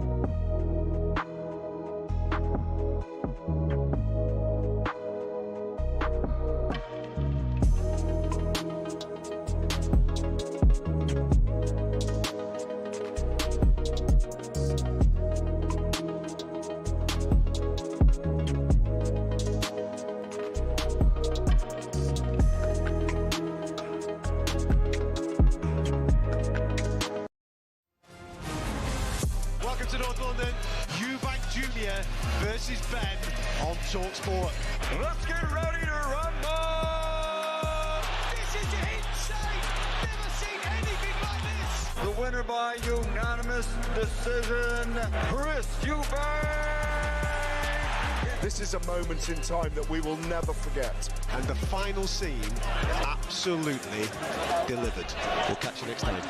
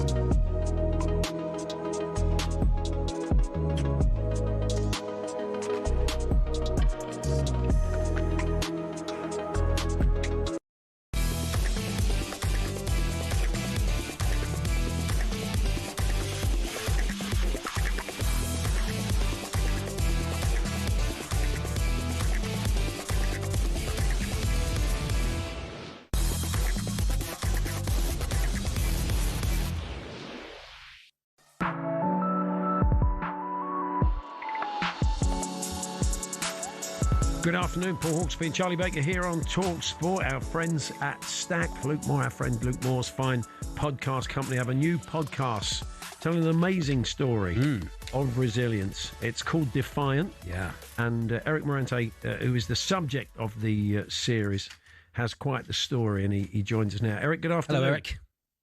Hey, good afternoon, guys. How you doing? Yeah, good, thank you. We're good. It is an amazing tale. It's the the restorative powers of boxing and of sport generally. But tell us a little bit about your story. Yeah. So again, I went to the United States Marine Corps when I was graduated high school after 9/11. Shortly joined up, and my passion had always been boxing as a kid. And it was just written for me to go through these experiences and journey that I ended up getting back into boxing after being wounded, and after going through so much struggle and tribulation, with the help of the community and boxing fans and people from around the world, we started connecting amputees and started an amputee league. Yeah, you lost a leg because of a suicide bombing in Iraq and rebuilt your life, which wasn't easy. You talked about having PTSD, opioid dependency. You were very lonely. And it was that return to boxing that kind of helped you put your life together. Yeah, correct. I mean, boxing was my foundation, and I could spend all day in the gym as a kid growing up, without thinking about eating or hydrating or anything like that. Just hearing the sounds of the bell and the bags getting hit, people working mitts, there's a lot of endorphins that get released while you're in the gym. So, that's what really helped me on my recovery. And also, I'm assuming a positive focus, especially if there's a fight and an event on the end of it. Can you tell us about licensed amputee boxing? Correct. So we started a amputee league here in San Antonio, Texas, back in like 2013, 2014 timeframe. And again, it was at that time where at the cusp of me moving to another city, because I kind of was going through some things at the time, and this was like my last chance. And I had my boxing prosthetic leg inside the closet. And once this initiated and it started rebuilding, it gave me that focus and that mentality that I needed to discipline myself back into on training. And I mean, we did great for 5 years. I mean, the league went on pretty strong. We don't want to give too much of the story away, because there are setbacks along the way which are quite troubling as you look to establish amputee boxing, hopefully as a Paralympic sport. But people can listen to the podcast and hear more about that. But the work you do now is very interesting. You work with lots of different people, veterans with PTSD, kids with cerebral palsy and learning difficulties, and all sorts of people now that via boxing that you reach out to. Correct. So I'm currently a boxing coach / trainer for Texas para athletes out of here in San Antonio, and they have a disabled group of adaptive sports. Different athletes from different types of disabilities that don't let that stop them at all. And boxing has been one of the classes that I've been able to introduce to them, and we have a phenomenal time. I train everything from blind to people in wheelchairs to people that are missing limbs. So we go in there for an hour and we come together, and everybody leaves their problems at the door. No matter what the disability is, we accommodate for them. Yeah. Do you think, just finally, do you think that you would have returned to boxing had the incident not happened in Iraq, Eric? Oh, most definitely. Yes, sir. Yeah, I think even as of now, I think if still, able to compete, whether it be outside of the United States or anywhere else, I think it'd still be a great sport, and showmanship, and just to inspire others to not basically look at it as a disability, but look at it as an ability to do something that is inspiring to others, and it kind of just give the example of how much endurance and how much resiliency we can all take. Absolutely. Well, look, I'm sure people will be fascinated by the podcast. It's called Defiant. It's available now wherever you get your podcast. Eric, really appreciate your time. Keep doing what you're doing. Thank you, Thanks Eric, for joining us. Thank you. Appreciate you guys. Have a great afternoon. There we are. This Eric Morante there, the amputee boxer. It is quite the story, and we go and check that out, say, wherever you get your podcasts. So still to come this afternoon, a man we often turn to for darts and snooker, and we can do that today. It may lead into great excuses from the world of sport. Maybe we'll be a bit unfair to John Trump, as Rob Moore will no doubt explain to us. And you may have seen at the end of a game of darts between two of our finest players has gone viral from the Grand Slam of darts, where they were in the madhouse. You know, when you play darts, I mean, you, talkSPORT listener, and me, unless obviously you're Luke Humphries listening this afternoon, and you double one. Then you and your mate are there for half hour. Oh, I'm bored with this now. Well, imagine that happening to a couple of top pros. We'll chat to Rob Moore about that. Tim Vickery with the latest from South America, and a complete waste of half hour on a kid's game. It's the birthday spread. Birthday spread at 3:30.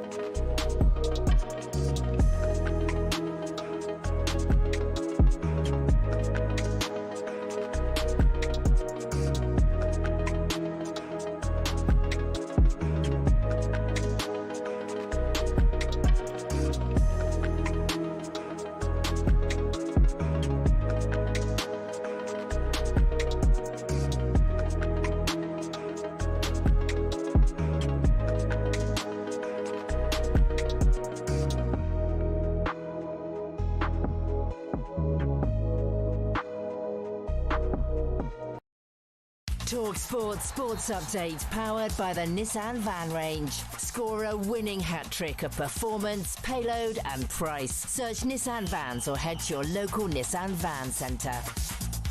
Good afternoon with your headlines at 3 minutes past 3. I'm Uma Gurav. Jude Bellingham is not expected to start for England tonight, we understand. Morgan Rogers will likely get the nod at number 10. And talkSPORT's Henry Winter has admitted, although he thinks Bellingham is deserving of the start, a bit of competition in the squad is never a bad thing. We've been to so many tournaments and everyone sort of stood on ceremony in the media and we said, our big personalities must play. And now Tuchel has come in and shaken it all up a bit and everyone's going, this is fantastic. It's not rocket science what Tuchel's doing. It's simple, practical team balancing management. England-Serbia is live on talkSPORT from 7 p.m. To boxing now, and Eddie Hearn's given us the lowdown on who exactly Anthony Joshua may fight next and when. I don't know if we'll fight Jake Paul yet, But next year, we will fight in February, and then we will fight Tyson Fury if Turki Al-Sheikh delivers on his plans and strategies. It's being reported AJ is finalising terms to fight Jake Paul in Miami in December. He's getting stick for it, though, with heavyweight boxer Dave Allen telling us he'd lose all respect for Joshua if he fights the ex-YouTuber. But Simon Jordan's not having any of that. His legacy's sealed. You cannot undo the fact. Whatever you think of Anthony Joshua, It might damage it. I don't think so. What it will do is increase his bank balance. But I don't think. I think in the great. I mean, it didn't damage Muhammad Ali's reputation to go in with a sumo wrestler, did it? And good and bad news for England's Ashes hopes. Ben Stokes looks fit and firing. He took 6 wickets on day one of their warm-up against the Lions. But Mark Wood is now a doubt for the first test as he goes for a scan on his hamstring. There's plenty more build-up on the talkSPORT Cricket YouTube channel. talkSPORT News. A new report's found a 10-year-old girl was murdered by her dad and stepmum after authorities failed to properly investigate previous warnings. And the government says scrapping police and crime commissioners will save taxpayers £100 million. More from the news team at past. talkSPORT weather with QuickFit. With expert technicians in all our centres across the country, we'll keep your car's inbuilt safety tech in top condition this winter. Book today at quickfit.com. Wet across Northern Ireland, southern Scotland and northern England. Colder across northern Scotland with showers, and it's feeling mild elsewhere.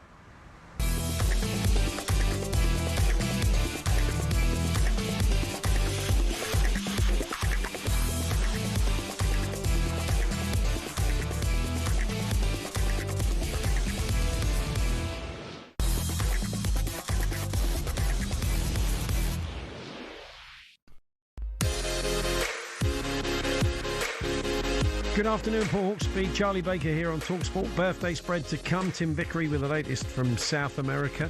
Next Wednesday, we'll bring you a live show building up to the start of the Ashes. Lots of great lovely cricket guests. And Darren Gough will be among them. Oh, very nice. And Goughy has a brand new show, How to Win the Ashes. It's on the talkSPORT Cricket YouTube channel. This week, the legendary England fast bowler joins talkSPORT analyst and cricket writer Jared Kimber to discuss the role of the Australian media. And here, Goughy describes why the scrutiny on an England cricketer in Australia is so unique. As soon as you walk through, I actually liked it. But it's like you're a film star. I was like 24, I just started playing for England, and I walked out and I was like, oh, hang on a minute. They like the airport scrum, don't they? Unbelievable. And that's when it hit me, but wow. Cricket in Australia is pretty big. In England, the media are quite reserved. Phil Tufnell was in this the other week, and he said he got to the airport and the customs guy started sledging him, started giving him a load of stick. You got no chance, Tufnell. He's getting all that. Going through customs. Hadn't even actually entered the country officially. Great, isn't it? Fantastic. Anyway, you can watch the first episode of How to Win the Ashes on the talkSPORT Cricket YouTube channel now. And I say a big cricket show live from 6's next week, building up to the start of the Ashes. Right. So, I think we've all watched. If you've been checking out social media and you like your darts, you would have seen the closing stages of the game between Dobie and Smith from the Grand Slam of darts. These guys have had memorable encounters before, of course, but this one was memorable for a different reason. Weirdly happened to catch it, Paul. I turned over from something. Wow. I was watching and I thought I'll catch the end of this, watch the end of this. And I was like, what is this? Is this some new format I've not heard of? Yeah. You know, there we are. It was fairly crazy. I think it was at 11 match darts. Michael Smith survived to win the game from Chris. But anyway, let's talk more about that and a bit of snooker as well with the man we often turn on both sports. Rob Moore from The Sun. Hi, Rob. Hello, Rob. Good afternoon, guys.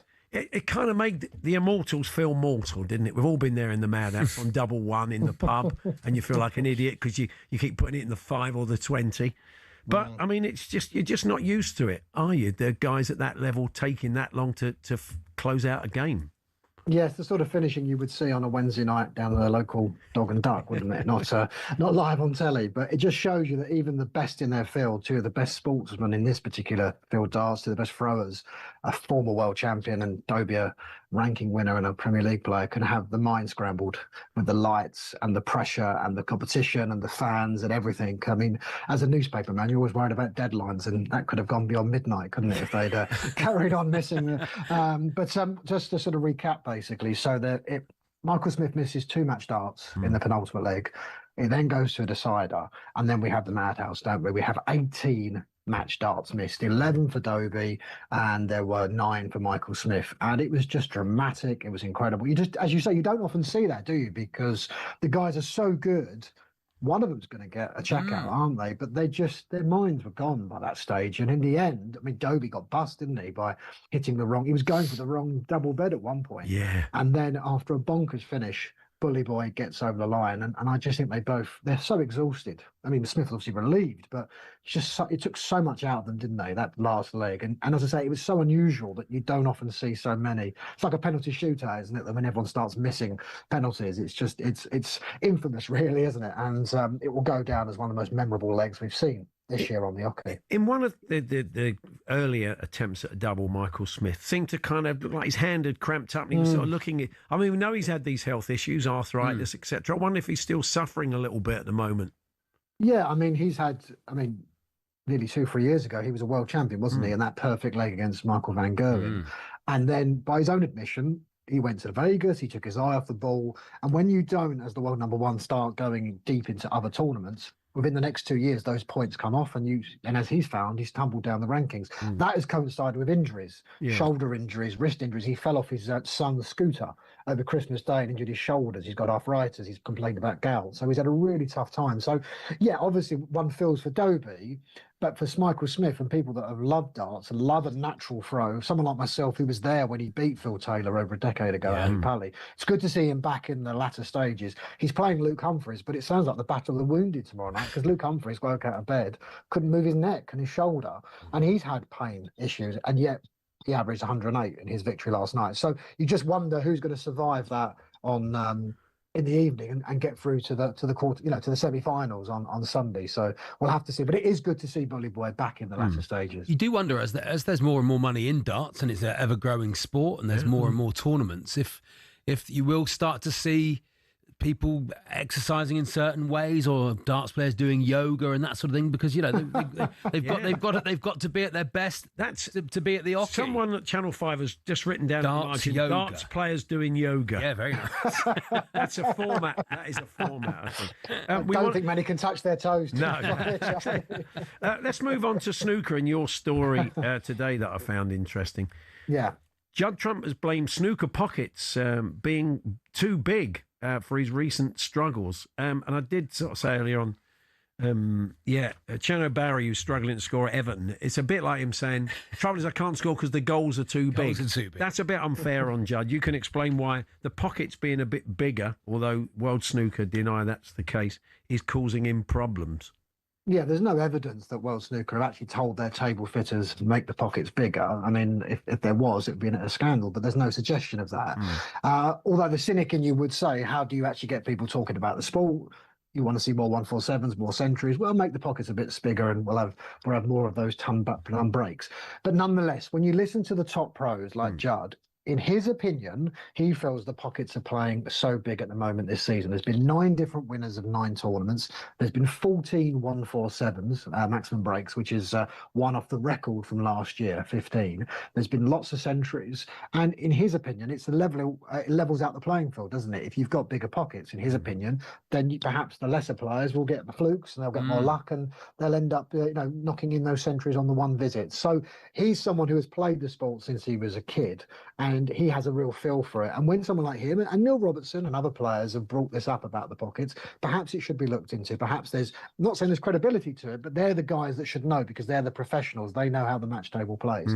So this was him describing why he's underperformed, really. I mean, he's in danger if he carries on. He could lose the world number one status by the end of the year if he's not too careful to Karen Wilson. He's got to he hasn't won anything for at least over a year. So it's up to him since the UK Championship last year. So really, in a way, is it Trump using this to deflect against his own issues? I don't know. But what I would say is we would probably see some centuries tomorrow night, because he's playing Zhao Xing in the semi-finals, the champion of champions. So it's the world number one against the reigning world champion. So that will be box office viewing, whatever size of the pockets might be. It'd be nice to have a kind of Temple of Doom thing on so the pockets, as the game goes on, the pockets start to get smaller. That's a nice idea, yeah. Start to just close up. I can imagine that's the psychology of being a snooker player as you go further on and into a tournament. It probably feels like that. Like when a cricketer says, I was seeing it like a beach ball. Yes, indeed. All those things, I mean, the other side, of course, if you're not playing well, it's easy to look at your equipment, isn't it, to blame the cue, to complain the conditions. But players have complained about conditions, and as I say, they're the professionals, so they know how a table's playing. And obviously, there are a lot of factors that come into play. But Judd just hasn't, since he's moved to Dubai and Hong Kong in the last year or two, it just hasn't perhaps been, befitting his status as well, number one. But that might change this weekend, and we then go to York at the start of December, end of November, for the big one at the UK Champs, the final Triple Crown of this year. So that's where he really wants to be performing and knocking in the centuries. Good to talk to you, Rob. Thanks very much. Thank you, Rob. Cheers, guys. Thank you. Rob Moore there from The Sun on the worlds of darts and snooker. We're going to be heading off to Rio next. Tim Vickery joins us. We're going to look at the world of South American football. The big stories coming. It's all friendlies for them. They're done for qualifying, of course. So what are the stories coming out of Brazil? And we'll have a birthday spread for you. We're here, as always, with our very good friends at Tool Station.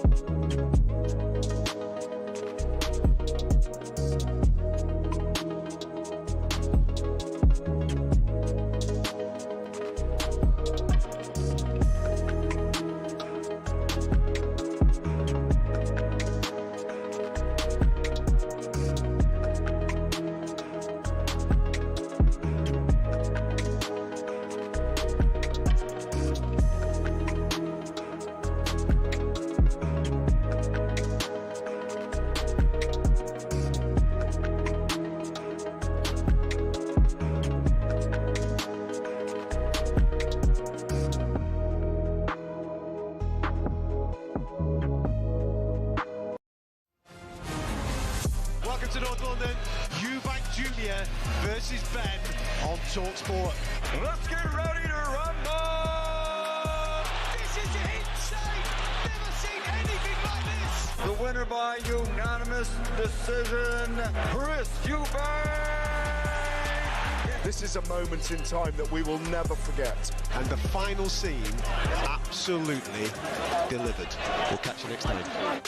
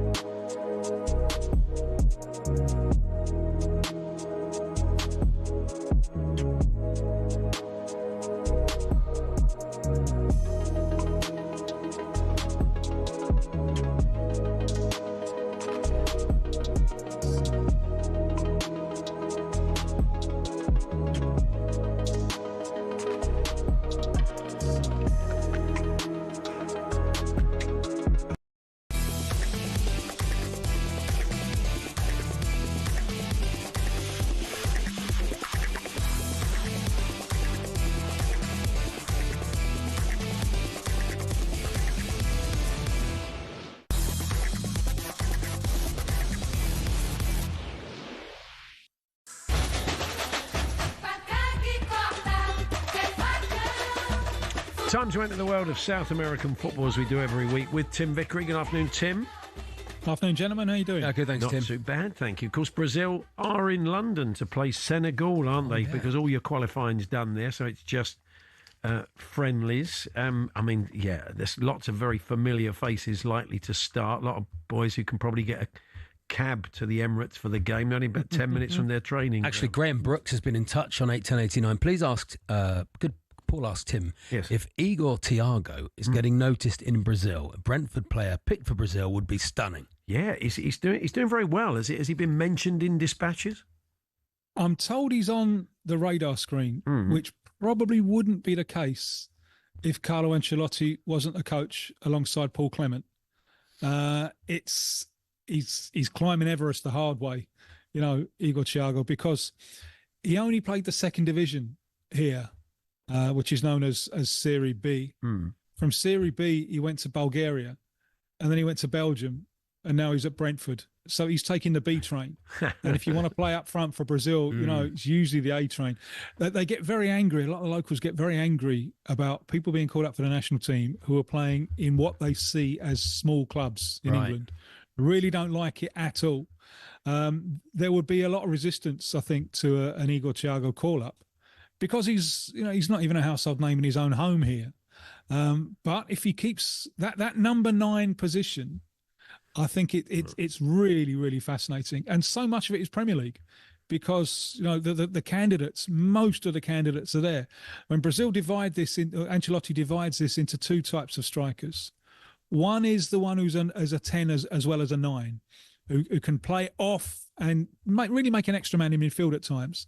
And that's Mateus Cunha, who has benefited, I think, unlucky to miss out on the last World Cup, but he's benefited from the move to United. It's upped his visibility.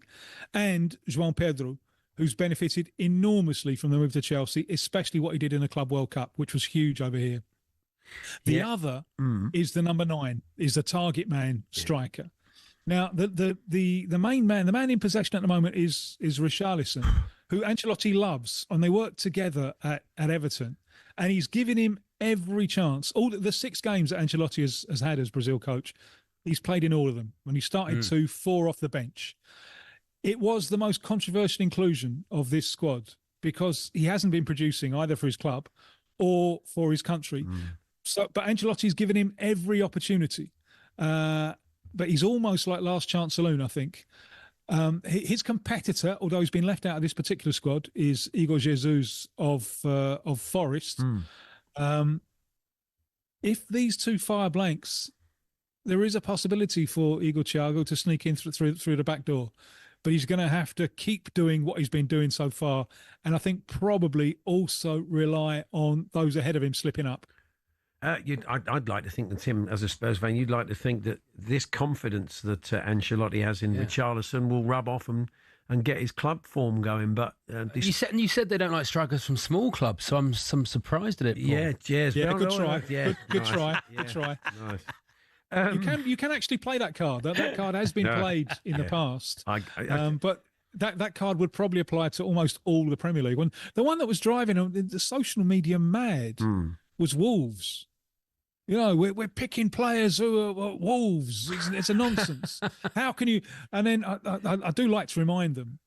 It doesn't make me too many friends, but I do like to remind them. Where was Alexis McAllister playing when Argentina won the World Cup?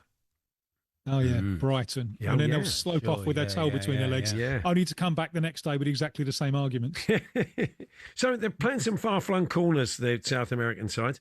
Argentina are in Africa, aren't they? Who are they playing against? Yeah, they have been in Spain training, which allowed Lionel Messi to go back to his old stamping ground at Barcelona. But they're playing Angola. Nothing wrong with playing Angola at all, although it is a problem that some of their players couldn't go because their yellow fever vaccine wasn't in up to date. So some of their players, including Julian Alvarez, not able to go to that fixture. But the striking thing here is they've only got 1 game. They're only playing Angola. Everyone else is playing 2. They just can't seem to fix up games. Last month they played 2 games in the States. They played Venezuela, which was a bit pointless because they just played him in World Cup qualification and Venezuela had a caretaker coach. And then they played, for the love of God, they played Puerto Rico, You wonder what the point of this is. And I know that the coach Scaloni is a little bit frustrated that, on the other hand, they qualified top of, by a street of World Cup qualification. They won the Copa America last year. The machine just needs a little bit of oil now and again. So it's not life or death, but it is strange. Maybe the champions of the world are asking for too much coin for these friendlies, but it is difficult to get games. You can't play European opposition because you haven't finished your World Cup qualification yet. Africa, some were going to play Nigeria. That fell through because Nigeria were involved, I think, today in matches. So it's not that easy. You haven't got that big a range of options. But I think Scaloni is a little bit disappointed with the games that are coming up for him. It's good for those African nations as well because they've got Cup of Nations coming up in January. Keeps them sharp, playing good opposition. Yeah. So you can understand why they want to play those matches. That is definitely Christian Romero getting yellow fever, by the way. That's all I can. That's all I can think of now. I mean, he's been out for everything else so far. Anyway, Boca River. It was interesting that Thomas Tuchel was when he talked about the atmosphere at Wembley not being happy. He says, "I don't expect it to be Boca River," and it's often held up as a raucous atmosphere. Was last Sunday raucous? We saw Dua Lipa was there amongst others. All right. Indeed, yeah. But remember, there's no away fans, and that it's been away in Argentina for a while. So that obviously takes something away from the atmosphere. But really, in Argentine football these days, the atmosphere is usually much better than the game. And this was in terms of the technical level, this really wasn't very good at all. River Plate are going through a terrible time. It was a great day for Boca, and their win means that they're in the Libertadores next year, the Champions League. But they've improved since Paredes went home because he gives them some midfield class. But really, I think it was really striking for me. This is the first time you could definitively say this is no longer the biggest game in South American football. Because it's the game we've got at the end of the month. The Libertadores final, Flamengo Palmeiras. It will be the 7th time in a row that Brazil has won South America's Champions League. 5 of those 7 finals have been all Brazilian affairs. And Flamengo and Palmeiras are by far the best of the bunch. They're fighting for the Brazilian title as well. So it's not really a historical rivalry at all. But just look at the players involved, lots of former Premier League players and so on. And it's now a far bigger game, and I don't think that's ever been the case before. So that, I think, is a sobering thought for Argentine football. Now, finally, Neymar went back to Brazil to play for Santos, probably in the hope that he could work his way into the World Cup squad. But it's been nothing short of disastrous, really. He's not playing well. The team could go down. It's not been great, has it? No, he's hardly played. And you knew after nearly 2 years out with a serious injury, you knew that he was going to pick up muscular problems when he came back. But he picked up one, and then he picked up another, and then he picked up another. So, we're in the middle of November, and the year hasn't really started for him yet. But they rushed him back on Sunday away to Flamengo, which was always going to be a tough game. And it was his first 90 minutes in nearly 2 months. So obviously, he's still not fit. He needs a sequence of games to get fit. And he didn't do very much. And he's just fighting with everyone. And he's fighting with the ref, tick. He's fighting with the opponents. He's fighting with his own teammates. He's yelling and bawling at them. And he fought with the coach when he got sent off. And they were losing 3-0.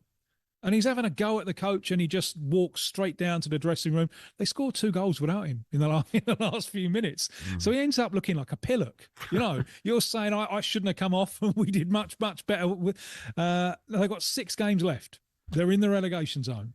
He's going to have to produce. And there's 6 difficult games. So it's really pressure on time now for him.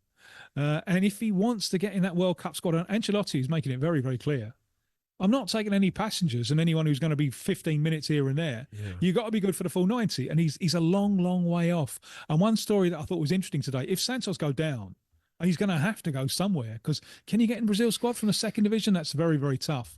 And one of his old mates from Europe is Paredes, the Argentine, who's just gone down, who's back at Boca. And apparently they've been talking.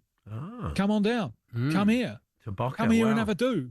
So watch this space with interest. I've got a feeling that Santos might just be all right. There's enough quality in the squad to save them, and then he'll have another go next year. But if he wants that World Cup, he's going to have to start producing very, very quickly. Cheers, Tim. We'll catch up with you next week. Tim.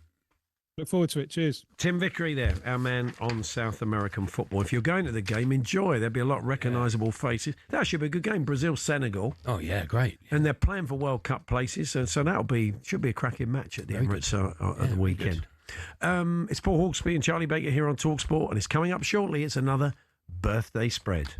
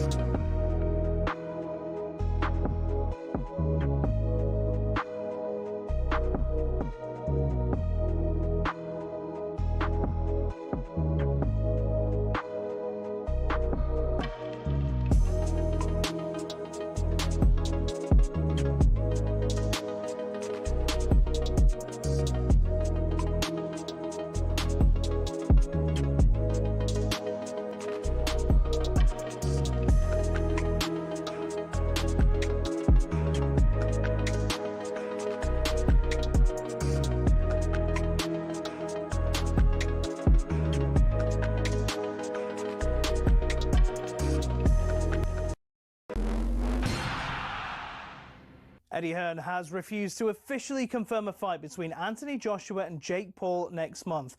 Simon Jordan doesn't think it would tarnish his legacy, but doesn't think the fight should be sanctioned in the first place. Is this appropriate that a high-performing supreme athlete like Anthony Joshua, whose only real challenges now are probably in his mind, because physically he can operate at the highest level if he still chose to, should be stepping in against someone like Jake Paul that does not have the skill set to deal with the kind of power and expertise that Anthony Joshua has? Hearn also suggested that AJ could fight Tyson Fury in 2026. Remember, we have live coverage of the Eubank Jr. v Benn rematch this weekend. All the build-ups on the talkSPORT Boxing YouTube channel. Elsewhere today, Bournemouth's Alex Scott's been left out of the England's 23 to face Serbia this evening. That game's live on talkSPORT from 7 p.m. Meanwhile, there's a lot said about Jude Bellingham by people that don't know the ins and outs of football. That from his captain at Birmingham City, Harley Dean, who's told us that Jude raises England's level with his winner's mindset. And he's a leader, even if he might not be the most outspoken or stay stuff in the press. People will follow him, his daily habits, the way he acts, all the things he does. And if you've got someone like that around you, it's just going to benefit everyone. And cricket, England vice-captain Harry Brooks says it's not ideal that Mark Wood has gone for a scan on his hamstring. The fast bowler is now a doubt for the first Ashes test in Perth next week.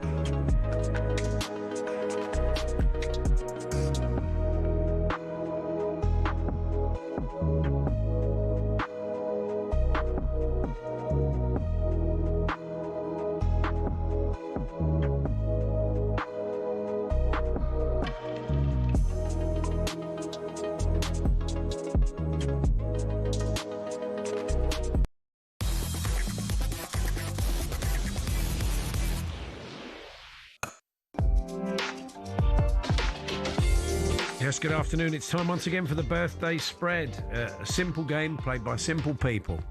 10 birthdays. Andy Jacobs has collated them all and has got a little funny attached to each one. It's the job of myself and Charlie. Try and guess how old these people are. And the one with the shortest margin of error across the 10 guesses is the winner. It had been toing and froing until last week, where Charlie won 2 in a row, and it's some of the listeners have tuned in. Yes, switching to YouTube to watch Charlie's three-peat live. #EatIt. Yeah, so much. Could it be the three-peat today? I've got a good idea what's going on. Let's say hello to Andy Jacobs. Good afternoon, Andy. Yes, good afternoon, boys. Got a bit of a cement lorry outside the house. Oh, that's nice. Have you really? That's not a euphemism, it's that's just a fact, is it? It's a fact. How you feeling? What a horrible name for your neighbour. A bit of a cement lorry outside the house. I get yours now. Yeah. Very good. Sorry, Paul. That's all right. I was going to use the loo. I've got a bit of a cement lorry outside the house. That's a bit too much on the nose. That's a bit on the nose. I was spelling it out. I was spelling it out for thickos at the back, my audience. The thickos. Why are you incapable of having any ambiguity in any gag? I like to hit it over the head. Anyway, a man who never leaves any ambiguity in his gags is Jeff Peters. Good afternoon, Jeff. Hello, Jeff. Yes, good afternoon to you. Paul East, Charlie, 2015. First back-to-back wins in the spread since July. Wow. It was a weird week. But let's see what happens this week. Pele and Sergio Mendes are back to join us. I've got a good idea what's going to happen this week, but let's get on. Let's play anyway. I've been reading the papers this week. Yeah, really getting stuck into I know you've been sent them last night. I know what's gone on. Here we go. It's the great singer-songwriter, Joni Mitchell. Oh, yes. Tremendous. And one of her previous jobs, you'd be amazed if she was a fourth official, whose task it was to go to the dressing room to let the teams know it was time to take to the pitch. She'd say to them, I'd like to see both sides now. Oh, OK. I'd like to see both teams now. Both teams now. What a start. It's all in the delivery, isn't it? That was one of Joni's hits. She loved both teams now. Both teams now. Yeah, I've looked at I've got to turn the light on. It's too dark and I couldn't see it. Hang on. Big Orange Taxi. That was the other one, wasn't it? I've got to turn the light. Where's he off to? He's gone now. He's had enough. Going to park that cement lorry. Finally. Give it 5 minutes. He's back. Put the big light on. Here comes Put the big light on, Andy. That's it. I heard. Okay. Joni Mitchell. Like he's done that during the game. Joni Mitchell. I'm going to say. Really good you gag. did. It was good. It was really good. Was that your opener as well, Andy? Disaster. That's very annoying. Well, they always say start with your second best joke and finish with your best. So look forward to the next 9. What do you reckon, Charlie? 86. A bit younger. I don't know. I could be wrong. 82. 82. I don't know. What did it say on the email last night? What a start. Such a cheat. It's unbelievable. So that's 0 for me and 4 to Charlie. What a surprise. Paul got one spot on. What a surprise. Yeah. That's right, Jeff. You want to verify that? Jeff, Yeah, Charlie on 4, Paul with the director. Okay, thank you very much. Very good. Cheers, Jeff. Okay. I hope not to butcher this one. It's Gordon Ramsay. Oh, well. Gordon Ramsay. Yeah. No. He's starring in a new remake of the classic American sitcom featuring a puppet alien life form. Oh, yeah. I can't wait to see Alf Ramsey. Oh, it's nice. Yeah, very good. Yeah. Alf was a puppet alien, wasn't he? Yes. And you know the owner of Alf, this is true, fact. Yeah. He sort of ran it down into the ground because... He ran Alf into the ground? Yeah, because he refused to say that he wasn't actually an actual alien. Wow, really? It was like he had this... He went a bit crackers with it, I think. There we are. If you're listening. Charlie Baker said that. He come after him. And he left Jimmy Greaves out as well. Yeah, Gordon Ramsay. It's my go. Yeah. Oh, yes, of course. 57? Yeah, I think you're in the right ballpark there. Paul probably spot on, to be honest. Just trying to remember an email we saw last night. What do you reckon? It's 58.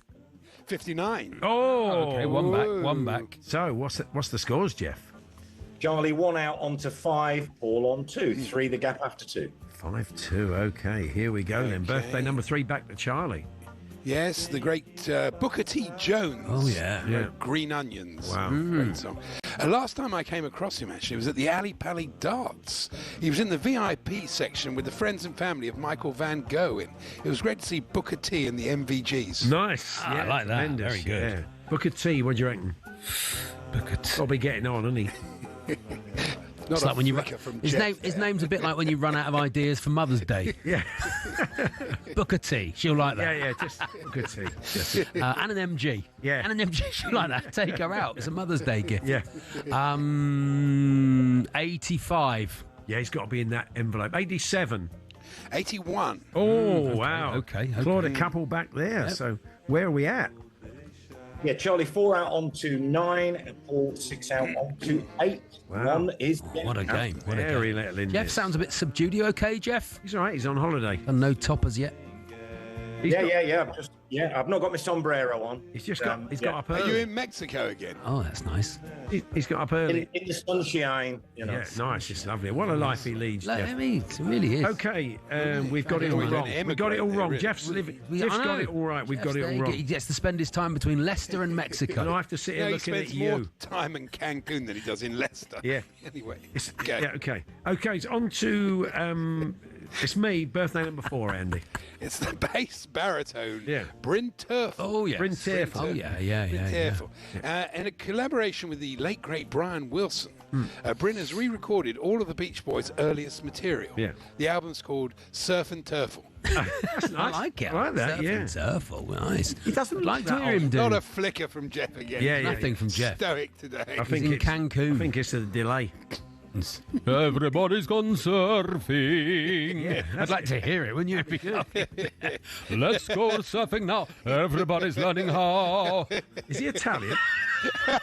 Did he play I Dracula? don't do impressions. 62. I think you're right there, Paul. 64. He's not Yusuf Endure. It's 60. 60, is it? Okay.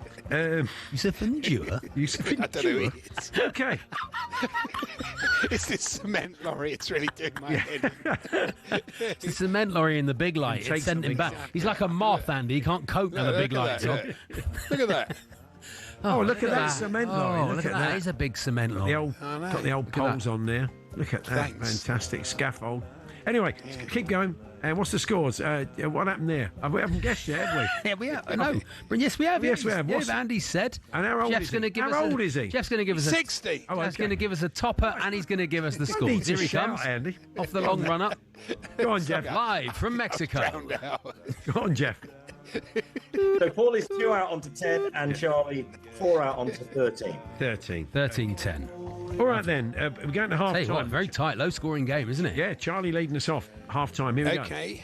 A Croatian footballer. He plays for Lazio. Yeah. Tomar Basic. Tomar Basic. And I recently took a collection of football shirts, including his, Beto's, and one belonging to George Best, to the Antiques Roadshow, where Fiona Bruce had to guess which one was worth more in Basic, Beto, Best. Oh, nice. So you've got to be Now a fan you've got of to be a Antiques fan of the. Yeah, you got to enjoy fan it. of You need quite a lot Antiques of. Roadshow Yeah. I said offshoot. to Sue last night, how many people do you think watch the Antiques You Roadshow and her. on Yeah. TalkSport? Well, Yeah, she loved it. I don't know why they've had to jazz it up. Yeah. The Antiques Roadshow. Stop trying to make everything funny. Yeah. Just tell us what the antiques are and Yeah. how much they're worth. Exactly. That's Trying to all make it anyone's funny. interest. Thank you, They do. caller. They're all trying to be a joke, don't they? How old? Anyway, while you're there, Andy, go outside and swing it in the mixer. Yeah. Put it in the mixer. Put it in the mix. Stop making everything funny, Paul. Go on then. Me, is it? Yeah. Did you say plays for or played Yeah. for? No, plays for. Yeah, it's gotta be young boy. like that. Yeah, okay. 28. 24. 28. Oh, excellent. Baker. Charlie, he's sitting there with his Lazio program. Charlie on 13. Lazio Wikipedia page open. What's happened to me, Jeff? So Paul 4 out onto 14. Charlie stays in. Charlie in the lead at the halfway What stage. about that? That's how volatile this game can be. Yeah. I did try and think of a topper. Oh, yeah. But it just didn't feel right Here for we this go. one. Here we go. That was my basic instinct. Basic instinct. Yes.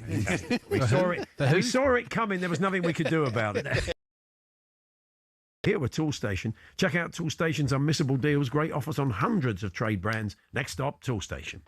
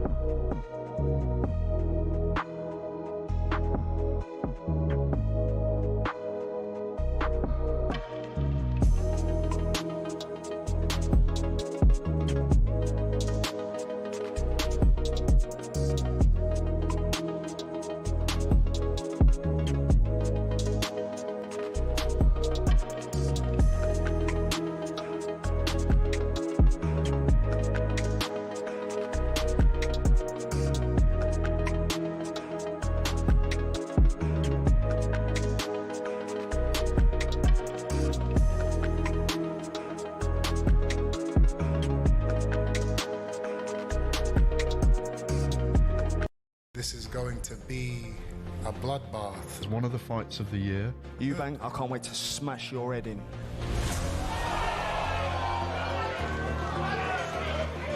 That's why he didn't beat me, and that's why he shall not beat me in November.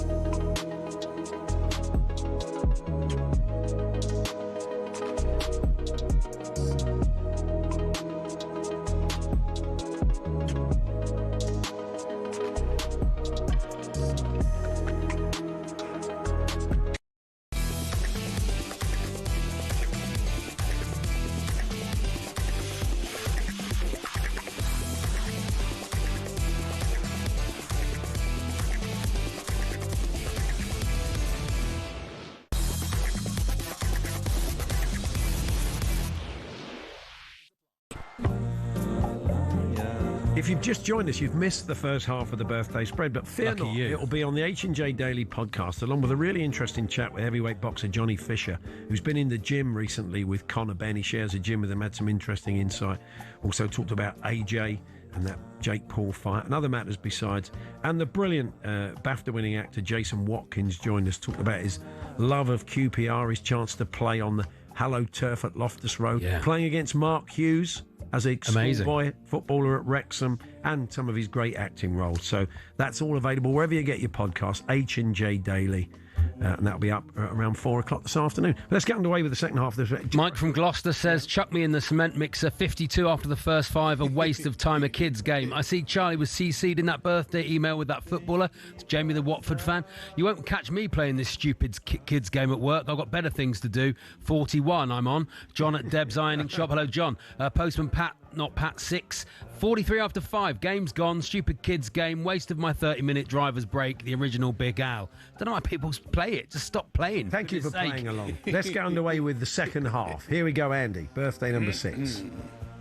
Yes. Can I just say I heard Jason Watkins. He was really good. Yeah, he was great fun. Lovely guy. Yeah, lovely. I didn't realise he was so interested in football. Yeah. But anyway, that's by the by. It's the first birthday of the second half. It's Mariella Frostrup, journalist and broadcaster, Times Radio, of course. I went to an Oxford Union debate where Mariella was engaged in a fascinating contest with a former Leicestershire and England wicketkeeper. I'll never forget Frostrup, Paul Nixon. Hey, good. 59. I think she's older than that, Paul. Is she? Don't know. Sorry, Mariella, if you're downstairs. She'll be up coming upstairs. Actually, upstairs now. I'm going to say 63. Oh, spot on, 63. Oh, Paul looked at me then. He thought, I expect she was a guest on your show. Bit of side eye from Paul there, and I genuinely guessed that, which is what someone who was cheating would say. So, you'll never know, do you? Keep you off balance. What's that done to the scores, Jeff? Well, back-to-back direct hits for Charlie, so he stays on 13. Paul 4 out on to 18. 5 the gap, 4 to go. Can I bounce back? Birthday number 7. Here we go. It's a birthday spread favourite. It's the restaurateur. The founder of Wagamama. Oh, yeah. Alan Yao. Alan Yao. And he's done tremendously well out of the Wagamama, Wagamama franchise. The But Midlands, not as or- lucrative as the career of Harry Enfield. Oh, yes. yes. He's considerably richer than Yao. Yes. Yes. I did say He's got a live cement mixer. He doesn't need the reversing. Yes. So just get that cement mixer to back up. It's you, Charlie, isn't it? Alan Yao. It's Alan Yao. It's Alan Yao. Alan Yao, founder of Wagamama. Yeah. That's right. I don't know, Paul. I don't know. What do I? 66. 59. 63. Oh, bang in the middle. Bang in the middle of the two of us, really. Well, you're slightly closer. So, Jeff, here, where are we at? So, Paul, you are 4 out for the 3rd birthday in a row. You're on to 22. Charlie, 3 out on to 16. Charlie leads by 6. And of course, sometimes it's not the advantage. You don't want to be slightly in the lead. Exactly. You don't going want into the 10th birthday. You don't want it, because then you are duty bound to lay down the marker. Anyway, let's go to birthday number 8, Andy. It's the fine broadcaster Eddie Mayer. Eddie Mayer. Oh, yeah. Eddie Mayer. And I had to follow him, actually, during a comedy night sponsored by Cyril Lord Carpets. Oh. Eddie stormed it. It was really hard to go on after the Lord Mayor's show. Yeah. Very good. Eddie Mayer. Eddie Mayer. Eddie Mayer. He's Eddie. He's Eddie Mayer. He's Eddie Mayer. He's Eddie Mayer. He's Eddie Mayer. 64. Yeah, pretty good. Mayer. Yeah, it's going to hang around with you, I think. 65. 60. But sorry, Eddie. Sorry, Eddie. Gave one back to Paul there. He's not listening to this rubbish. He really has got clever, and he'll be reading a book or something. Yeah, definitely. Listen to his kids. Listening to a proper radio show. So what's the scores? What's the scores? So. Charlie, 5 out onto 21. Paul, you are 4 out for the 4th successive birthday, and you are on 26. 5 the gap, 2 to go. Here we go then, birthday number 9. Okay, it's the curator and art historian, Sir Norman Rosenthal. Oh, yeah. And we were on holiday, actually, at a beachside property in Spain, playing squash against the wall of the house, when one of Sir Norman's shots was off target and went straight through an expensive stained glass window. I'll never forget Rosenthal's costly miss against the Villa. Oh, nice. Oh, very nice. Tottenham fans there. Yeah, very good. Like that, Andy. Was it against Villa or Southampton? Sure, it wasn't against No, Villa. It was Villa, okay. You looked it up. Oh, yeah, Southampton. He scored a hat-trick. Googled it, checked The two things Ronnie Rosenthal did, score a hat-trick against Southampton, and then hit the bar against Villa. You're absolutely right. How old is your man? It was it's nice a bad to miss. I always think a good thing about a joke is that it gets fact-checked. Yeah. Just lie. It really sort of helps the joke. We got a minute. Well, it's got to be, hasn't it? We got it's a minute. Not true. There's no point. I'm going to say 84. I'm going to say 79. 81. Oh, what a game. What's that done to the scores, Jeff?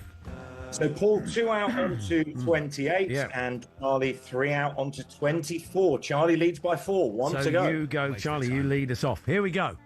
Okay, Charlie, last birthday of the week. It's the Nobel Prize winner for physiology and medicine in 2000, Eric Kandel. Oh, yeah. Eric Kandel. I'll never forget when Eric and 3 of his family went to see a live recording of the 2 Ronnies and ended up in one of their most famous sketches. Wow. Eric Kandel. Eric Kandel, I'm going to say he is 92. 90, that's a very good guess. Oh, Paul, I've been playing a while now. Yeah. Learnt from you, the very best at it. Excellent game. And I'm going to say I'm going to say 86. Here he comes. He is, in fact, 96. Oh! It's the 3-peat. 3-tit. Can I ever bounce back? I'm going to have to work with a sports psychologist. This guy is good. I'm going to have to spend the whole evening consoling Sue. Now, Sue's gutted. 3 weeks in a row. She's been disappointed. 3 slightly smelly Not for the first time, eh, Andy? Oi, oi! Yes, there we are. You walk straight into that. Thank you, Jeff. Enjoy your holiday. Wow, what a game. Thank you, Andy. See you tomorrow. Thank you, Charlie. Thank you, Paul. 3 direct hits. Why are you saying I cheat? But it takes one to know one, Paul. Anyway, takes one to know one. You're back on Saturday. What a player. Yes, 10 till 1 with Max Rushton. Saturday morning, 2 till 6 on Virgin Radio. Game on. I'll see you tomorrow with Andy. Have a fine evening. It's Danny Murphy alongside Andy Goldstein on Drive.